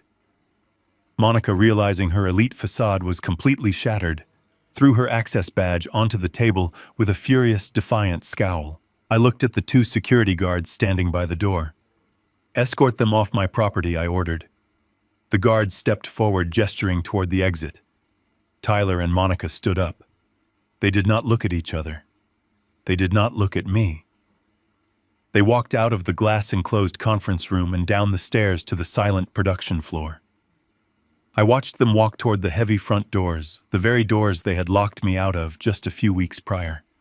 They were escorted out into the bright morning sun, stripped of their titles, their income, and their stolen empire. They were completely ruined, and I had orchestrated the entire destruction without ever raising my voice. The sudden suspension of their unearned executive salaries acted as a violent and immediate catalyst. Within 72 hours of being escorted off the commercial property, the artificial luxury of their daily lives completely collapsed. They had lived exclusively on the dangerous edge of their credit limits, floating massive monthly balances under the arrogant assumption that my retirement savings would always be there to catch them. Now there was no safety net. The leasing company for the imported sports car was the very first to strike. Tyler had missed 2 consecutive payments, foolishly prioritizing his vanity over his contractual obligations. A heavy tow truck arrived in the middle of the night, its bright amber lights flashing aggressively across the quiet suburban street. It repossessed the luxury vehicle right out of his pristine driveway. Tyler stood on his front porch in his bathrobe, entirely humiliated, as his wealthy neighbors watched the spectacle through their living room blinds. Monica fared no better. Her premium credit cards, the ones she used to exclusively fund her elite wardrobe, and expensive social outings were systematically frozen by the issuing banks. When she attempted to purchase an expensive designer handbag the next morning, to soothe her anxiety, the point-of-sale terminal beeped a loud, embarrassing decline in front of a crowded boutique. The sheer public humiliation of their financial ruin was the final fatal blow to their highly toxic marriage. Without my $4,000 monthly transfer, the mortgage on their heavily financed suburban home went completely unpaid. The bank wasted absolutely no time. By the end of the month, the bright red and white pre-foreclosure notices were prominently taped to their custom mahogany front door for the entire neighborhood to witness. Monica, completely stripped of the wealth and high society status she worshipped, utterly refused to stay in a sinking ship. She packed her expensive designer luggage in the dark, screaming at Tyler that he was a pathetic failure who had ruined her youth.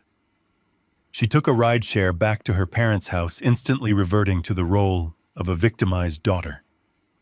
She spun wild, fabricated lies about extreme financial abuse to preserve her own fragile social standing, conveniently omitting the fact that she had attempted to extort me for cash. She left Tyler completely alone in an empty, echoing house with no electricity, as the utility companies had swiftly disconnected the grid due to massive unpaid balances. Forced out by the freezing cold and the suffocating weight of his own monumental failures, Tyler packed a single suitcase and moved into a cheap, dilapidated motel on the far outskirts of the commercial district. The dingy motel room was a stark, brutal contrast to the corner executive office he had occupied just a few weeks prior.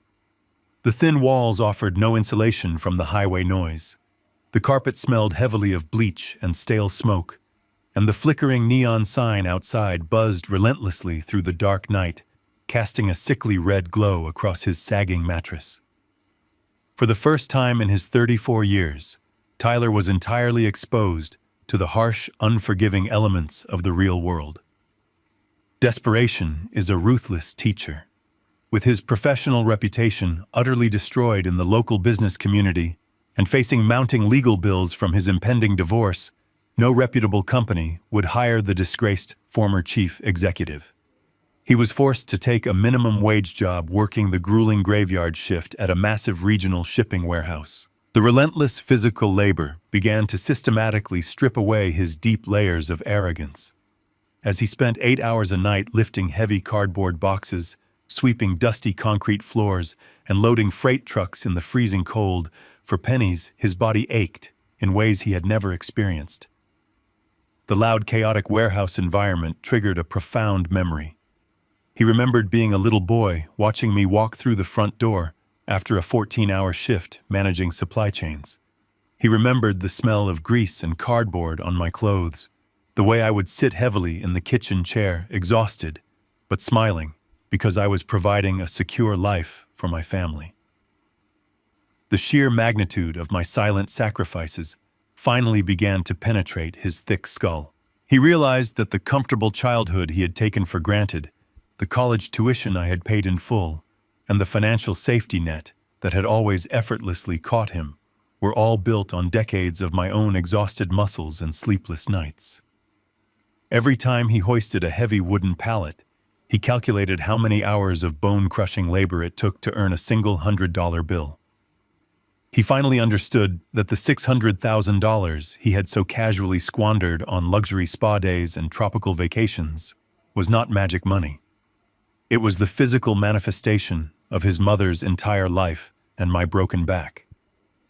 The crushing reality of his minimum wage existence forced him to look in the smeared bathroom mirror of his motel room and see the devastating truth. He was not a brilliant entrepreneur. He was a spoiled, greedy child who had arrogantly burned down a fortune that took an entire lifetime of grueling labor to build. The safety net was completely gone, leaving him in a terrifying freefall with no bottom in sight. Tyler was sitting on the edge of his bed, staring blankly at his bruised and blistered hands when his cell phone rang. It was his newly appointed public defense attorney. The lawyer's voice was tense, completely devoid of any comforting bedside manner. He informed Tyler that the regional bank's fraud department had officially concluded their internal investigation regarding the secondary commercial equipment loan. The bank examiners had successfully cross-referenced the signature on the guarantor agreement with my verified banking records, confirming beyond any shadow of a doubt what we already knew. The lawyer delivered the catastrophic news with blunt, merciless precision. The bank was formally moving forward with severe federal criminal charges for wire fraud and forgery. The attorney explained the strict mandatory sentencing guidelines for commercial fraud of that magnitude, letting the terrifying reality of federal prison wash over the silent phone line. Tyler frantically interrupted the lawyer, his voice trembling with sheer panic. He begged the attorney to reach out to me immediately, assuming that because I was his father, I would inevitably step in to drop the charges and save him at the final hour. He pleaded that it was just a simple family dispute, a minor misunderstanding that could be settled quietly outside of a courtroom. The attorney silenced him with a heavy, exasperated sigh. He explained that I had already visited the bank's corporate office earlier that morning with my own legal counsel. I had successfully cleared the fraudulent lien on my personal home by legally absorbing the entire debt into the brewery's newly stabilized corporate ledger. I had backed the commercial loan with my newly acquired majority equity, completely satisfying the bank's financial concerns and permanently protecting my sanctuary. But the lawyer added, his tone dripping with grim finality. I had explicitly refused to sign a waiver of prosecution. I had looked the bank's fraud investigators directly in the eye and told them to prosecute the forgery to the absolute fullest extent of the law. I had saved the physical business assets from liquidation, but I had deliberately chosen not to protect my son from the criminal fallout of his own actions. Tyler dropped the phone onto the cheap motel carpet, the color completely draining from his face as he realized he was not just facing total bankruptcy. He was facing years in a federal penitentiary, and his father was the one holding the cell door wide open. The rain began to fall shortly after dinner, a relentless, freezing downpour that turned the quiet suburban streets into running rivers. I sat in my comfortable armchair in the living room, listening to the heavy drops drumming rhythmically against the roof tiles. My home was warm and deeply secure. The fraudulent lien had been officially cleared, and the brewery was actively transitioning into stable territory under my absolute control. The chaotic noise of the past few weeks had completely faded, leaving a profound and satisfying silence in my sanctuary. But the fierce storm outside was merely a physical manifestation of the absolute devastation I knew was currently tearing through my son's life. I was quietly reading a thick logistics journal, my reading glasses resting low on the bridge of my nose when the front doorbell suddenly rang. It was well past 10 in the evening. I did not hurry. I marked my page, slowly stood up, and walked down the hallway with measured steps. I did not turn on the bright exterior porch light. I opened the solid oak inner door, but I kept the reinforced metal screen door securely shut and locked between us. Standing on my concrete porch, completely drenched to the very bone, was Tyler. The transformation was absolute and genuinely pathetic. The arrogant young executive who used to wear imported Italian suits and drive a leased European sports car was entirely gone. He was wearing a faded, oversized hooded sweatshirt that clung tightly to his shivering frame. His hair was plastered flat against his pale forehead. His cheap canvas shoes were soaked through, leaving dark, dirty puddles on the welcome mat. The circles under his eyes were deep, bruised hollows of genuine, undeniable terror. He looked like a stray animal, completely broken by the unforgiving elements and the harsh consequences of his own actions. He did not raise his voice. He did not pound his fists aggressively against the mesh screen or demand that I instantly fix his shattered life. He simply stood in the freezing rain, wrapping his arms tightly around his own thin torso, trembling violently. "Dad," he whispered, his voice barely audible over the loud rushing sound of the overflowing rain gutters. "Please, Dad, just listen to me for one single minute." I did not invite him inside. I did not offer him a warm, dry towel or a hot cup of coffee. I stood in the warm, dry hallway, folding my hands quietly, waiting for him to clearly state his business. Tyler pressed his wet face closer to the screen, the cold rain dripping steadily from his chin. "I am starving, Dad," he sobbed, his shoulders heaving heavily with the agonizing weight of his total ruin. "I have not eaten a real solid meal in 2 days. The warehouse job pays absolutely nothing, and the cheap motel takes every single dollar I earn just so I can sleep on a filthy mattress. My public defender called me this afternoon. He told me the federal prosecutor is not offering any lenient plea deals.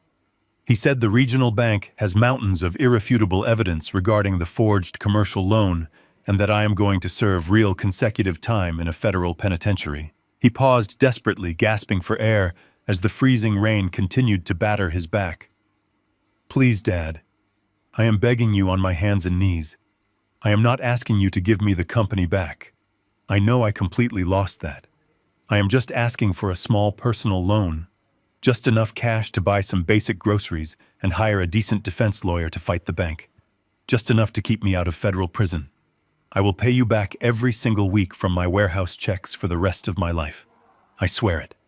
I just need a chance to survive." I looked at his bruised, blistered hands gripping the wet metal handle of the screen door. He was finally experiencing the brutal physical toll of the real working world. The endless financial safety net he had taken for granted his entire life was completely gone.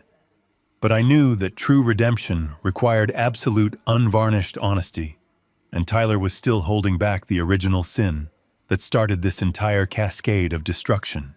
"Why did you not invite me to the grand opening?"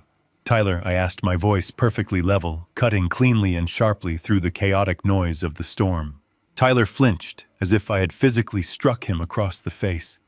He squeezed his eyes shut, crying freely and openly into the dark rain. "I am so sorry, Dad," he wept, his voice cracking with the agonizing shame of a coward finally forced to confess his deepest weakness. It was Monica.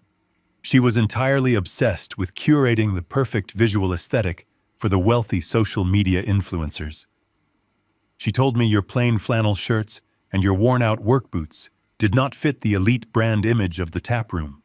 She said your working-class aesthetic would deeply embarrass her in front of the wealthy local politicians and the high-profile food critics. She demanded we completely exclude you from the guest list. He wiped his wet face with his soaked sleeve, looking at me with pure, desperate regret. And I was so terrified of losing her that I just agreed. I let her ban the man who built my entire world from his own massive investment just to avoid an argument in the office. I was a pathetic, weak coward, Dad. I chose the approval of a superficial woman over the dignity of my own father. I am so incredibly sorry for treating you like an embarrassment. His confession hung heavily in the freezing night air. He had finally admitted the absolute ugly truth. He had willingly sacrificed my dignity on the altar of his wife vanity. He stood there shivering violently, waiting for the paternal forgiveness that usually follows a tearful, emotional apology. He waited for me to unlock the metal screen door, open my arms, and tell him that a father-deep love conquers all egregious mistakes. He fully expected the old George to miraculously emerge with a warm blanket and a forgiving checkbook. I looked at my son through the rigid metal mesh. I did not feel a single ounce of simmering anger. I did not feel the fiery rage of betrayal or the bitter, sharp sting of resentment. I felt an overwhelming, profound, and entirely cold pity. I looked at the broken, hollow shell of a man who had casually traded his fundamental honor for the fleeting illusion of high society status. He had forged my signature, risked the roof over my head, and allowed his wife to discard me like common trash. I took a slow, deliberate step backward into the warm, inviting light of my hallway. Tyler pressed his wet hands frantically against the screen, his red eyes widening in absolute terror as he realized I was not reaching for the locking mechanism. "I told you, Tyler," I said, my voice quiet and utterly devoid of emotion. "I only help close family.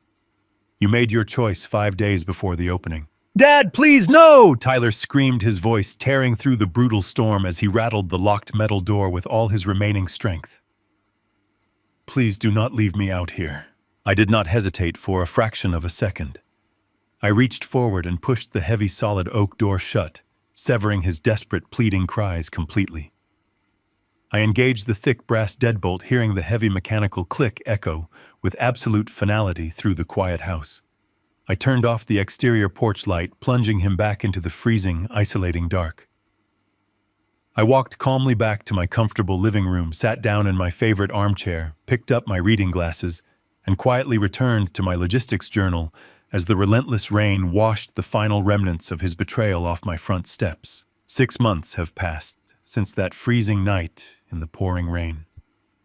Today, the heavy glass doors of the brewery are propped wide open, welcoming the warm evening breeze. The massive industrial space is completely unrecognizable from the hollow tomb it had been when the vendors revolted. The taproom is absolutely packed with paying customers. There are no exclusive guest lists and no arrogant social media influencers demanding free drinks for exposure. Instead, the room is filled with honest working people. Construction workers in heavy boots sit alongside office managers loosening their ties, and local neighbors gather around sturdy oak tables to share stories and a genuinely good product. The air is rich and heavy with the deep, earthy aroma of roasted malt and fresh hops.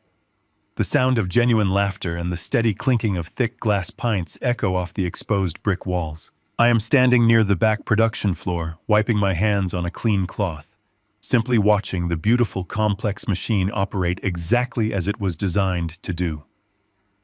I am not wearing an expensive imported suit. I am wearing my comfortable flannel shirt and my reliable work boots. I am completely in my element. The real heartbeat of this entire operation is standing right next to the massive stainless steel fermentation tanks. His name is Samuel. He is a master brewer with 15 years of practical commercial experience, and he understands the delicate organic chemistry of yeast and temperature control better than anyone in the region. Samuel is exactly the kind of dedicated employee my son Tyler absolutely despised. In the early days of this business, when I was merely a silent investor, Samuel had approached Tyler to respectfully demand fair market wages and proper safety equipment for the production floor. Tyler, blinded by his own toxic arrogance and desperate to save money to fund Monica and her luxury vacations, had immediately fired Samuel for insubordination. Tyler had replaced him with a cheap, inexperienced amateur who barely knew how to operate the expensive imported machinery. The very first administrative action I took after legally assuming 80% majority control was tracking Samuel down. I drove to his house, sat on his front porch, and offered him his job back, along with a comprehensive benefits package and absolute creative control over the brewing process. I brought the supply chain expertise and the financial discipline, while Samuel brought the passion and the product. Together, we stripped away all the pretentious marketing nonsense and focused entirely on creating a reliable, high-quality beverage. We established strict inventory protocols and paid our regional vendors in cash on delivery until we completely rebuilt our commercial credit rating. The vendors who had previously blacklisted the company under Monica and her shadow corporation gladly returned to the loading dock once they saw my name officially registered on the master operating agreement. The financial stabilization of the brewery allowed me to accomplish the most critical objective of this entire ordeal. The heavy, crushing weight of the forged commercial equipment loan is entirely gone. Through aggressive corporate restructuring and the sudden massive influx of actual retail revenue, I generated enough liquid capital to march directly into Mr. Barnes' office at the local bank. I sat in that same leather chair where I had first discovered the horrifying truth about my stolen signature. But this time I was not a victim seeking an explanation. I handed the bank manager a certified cashier check, completely paying off the $150,000 fraudulent debt in a single lump sum. I legally cleared the massive lien against my personal residential property. My house, the sanctuary I had built with my late wife, is completely safe.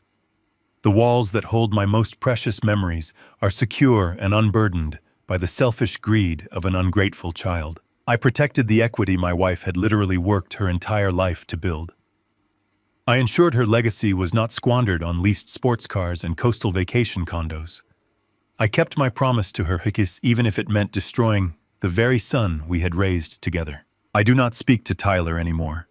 I do not receive tearful phone calls in the middle of the night, and I do not bail him out of his self-inflicted miseries. I know exactly where he is, and I know exactly what he is doing, because the legal system ensures his actions are a matter of public record. Tyler narrowly avoided serving time in a federal penitentiary. The prosecutor offered him a strict plea deal primarily because I had completely satisfied the financial damages, with the bank preventing any actual institutional loss. Tyler pleaded guilty to a lesser felony charge of commercial fraud. He is currently serving 5 years of heavily monitored probation. He is mandated by the court to complete 2,000 hours of grueling community service picking up trash along the county highways in a bright orange vest. Furthermore, he is working a brutal minimum wage job at a massive regional logistics warehouse loading heavy freight trucks in the freezing cold. He spends his nights in a cheap, run-down motel, completely stripped of his arrogant executive titles and his high society illusions. He is finally experiencing the agonizing, bone-crushing reality of the blue-collar labor he used to mock. He is learning exactly how much sweat it takes to survive in a world without an invisible safety net. Monica finalized the divorce months ago, completely abandoning him the exact moment his bank accounts hit zero. He is utterly alone, serving his sentence in quiet desperation. I feel absolutely no remorse for his current situation. I gave him every opportunity to be a good man, and he actively chose to be a thief. I walk away from the noisy production floor and take a seat at the far end of the long, polished mahogany bar. I signal the bartender, who immediately slides a glass of our signature dark roasted stout across the smooth wood. I wrap my hand around the cold glass, feeling a deep, profound sense of accomplishment. A few minutes later, the heavy front doors swing open, and Warren Gallagher walks into the tap room. The ruthless commercial attorney is dressed in his usual sharp charcoal suit, holding his trademark leather briefcase. He spots me at the end of the bar and walks over, taking the empty stool right next to mine. He does not say a single word. He simply signals the bartender and orders a glass of his own. We sit together in the comfortable, bustling atmosphere of the thriving business we legally conquered. Warren raises his glass, looking at me with a profound expression of professional respect. I raise my glass and clink it gently against his. We share a completely silent toast to the ruthless beauty of perfectly executed contracts and the unyielding power of absolute leverage. I take a slow, deliberate sip of the dark, bitter stout. I look around the crowded room, watching the happy customers and the diligent staff working in perfect harmony. I lost my only son to his own insatiable greed and toxic vanity. I lost the illusion of a perfect family. But as I sit here in the very building he tried to lock me out of, I realize exactly what I have gained. I reclaimed my personal dignity. I fiercely protected the financial legacy of the woman I loved, and I secured the remainder of my life from those who sought to exploit my paternal kindness. I learned that true power does not require loud shouting or empty emotional threats. True power is understanding the complex machinery of consequence and possessing the quiet, calculated patience to pull the correct lever at the exact right moment. Tyler and Monica believed that my quiet suburban life made me weak. They believed my comfortable flannel shirts and my outdated kitchen table made me an easy target. They completely forgot that a man who spends his entire life building supply chains knows exactly how to dismantle them. They learned the hardest lesson a thief can ever learn. A silent man who knows the value of his own labor is always the most dangerous opponent in the room. The ultimate lesson of the brewer's bitter draft is that true power never resides in loud arrogance or flashy displays of unearned wealth. It lives in silent, calculated competence. Greed fundamentally blinds people to the structural pillars supporting their very existence. Tyler and Monica fatally mistook a father's unconditional generosity for weakness and his blue-collar humility for financial ignorance. They failed to realize that a man who spends his entire life meticulously building and securing legacies possesses the exact skills required to ruthlessly dismantle them. Respect the quiet ones, because when you bite the hand that feeds you, you should never be surprised when it drops a legal guillotine. If you have ever had to set a ruthless boundary to protect your own peace and dignity from entitled family members, hit the like button, subscribe to the channel, and share your survival story in the comments below.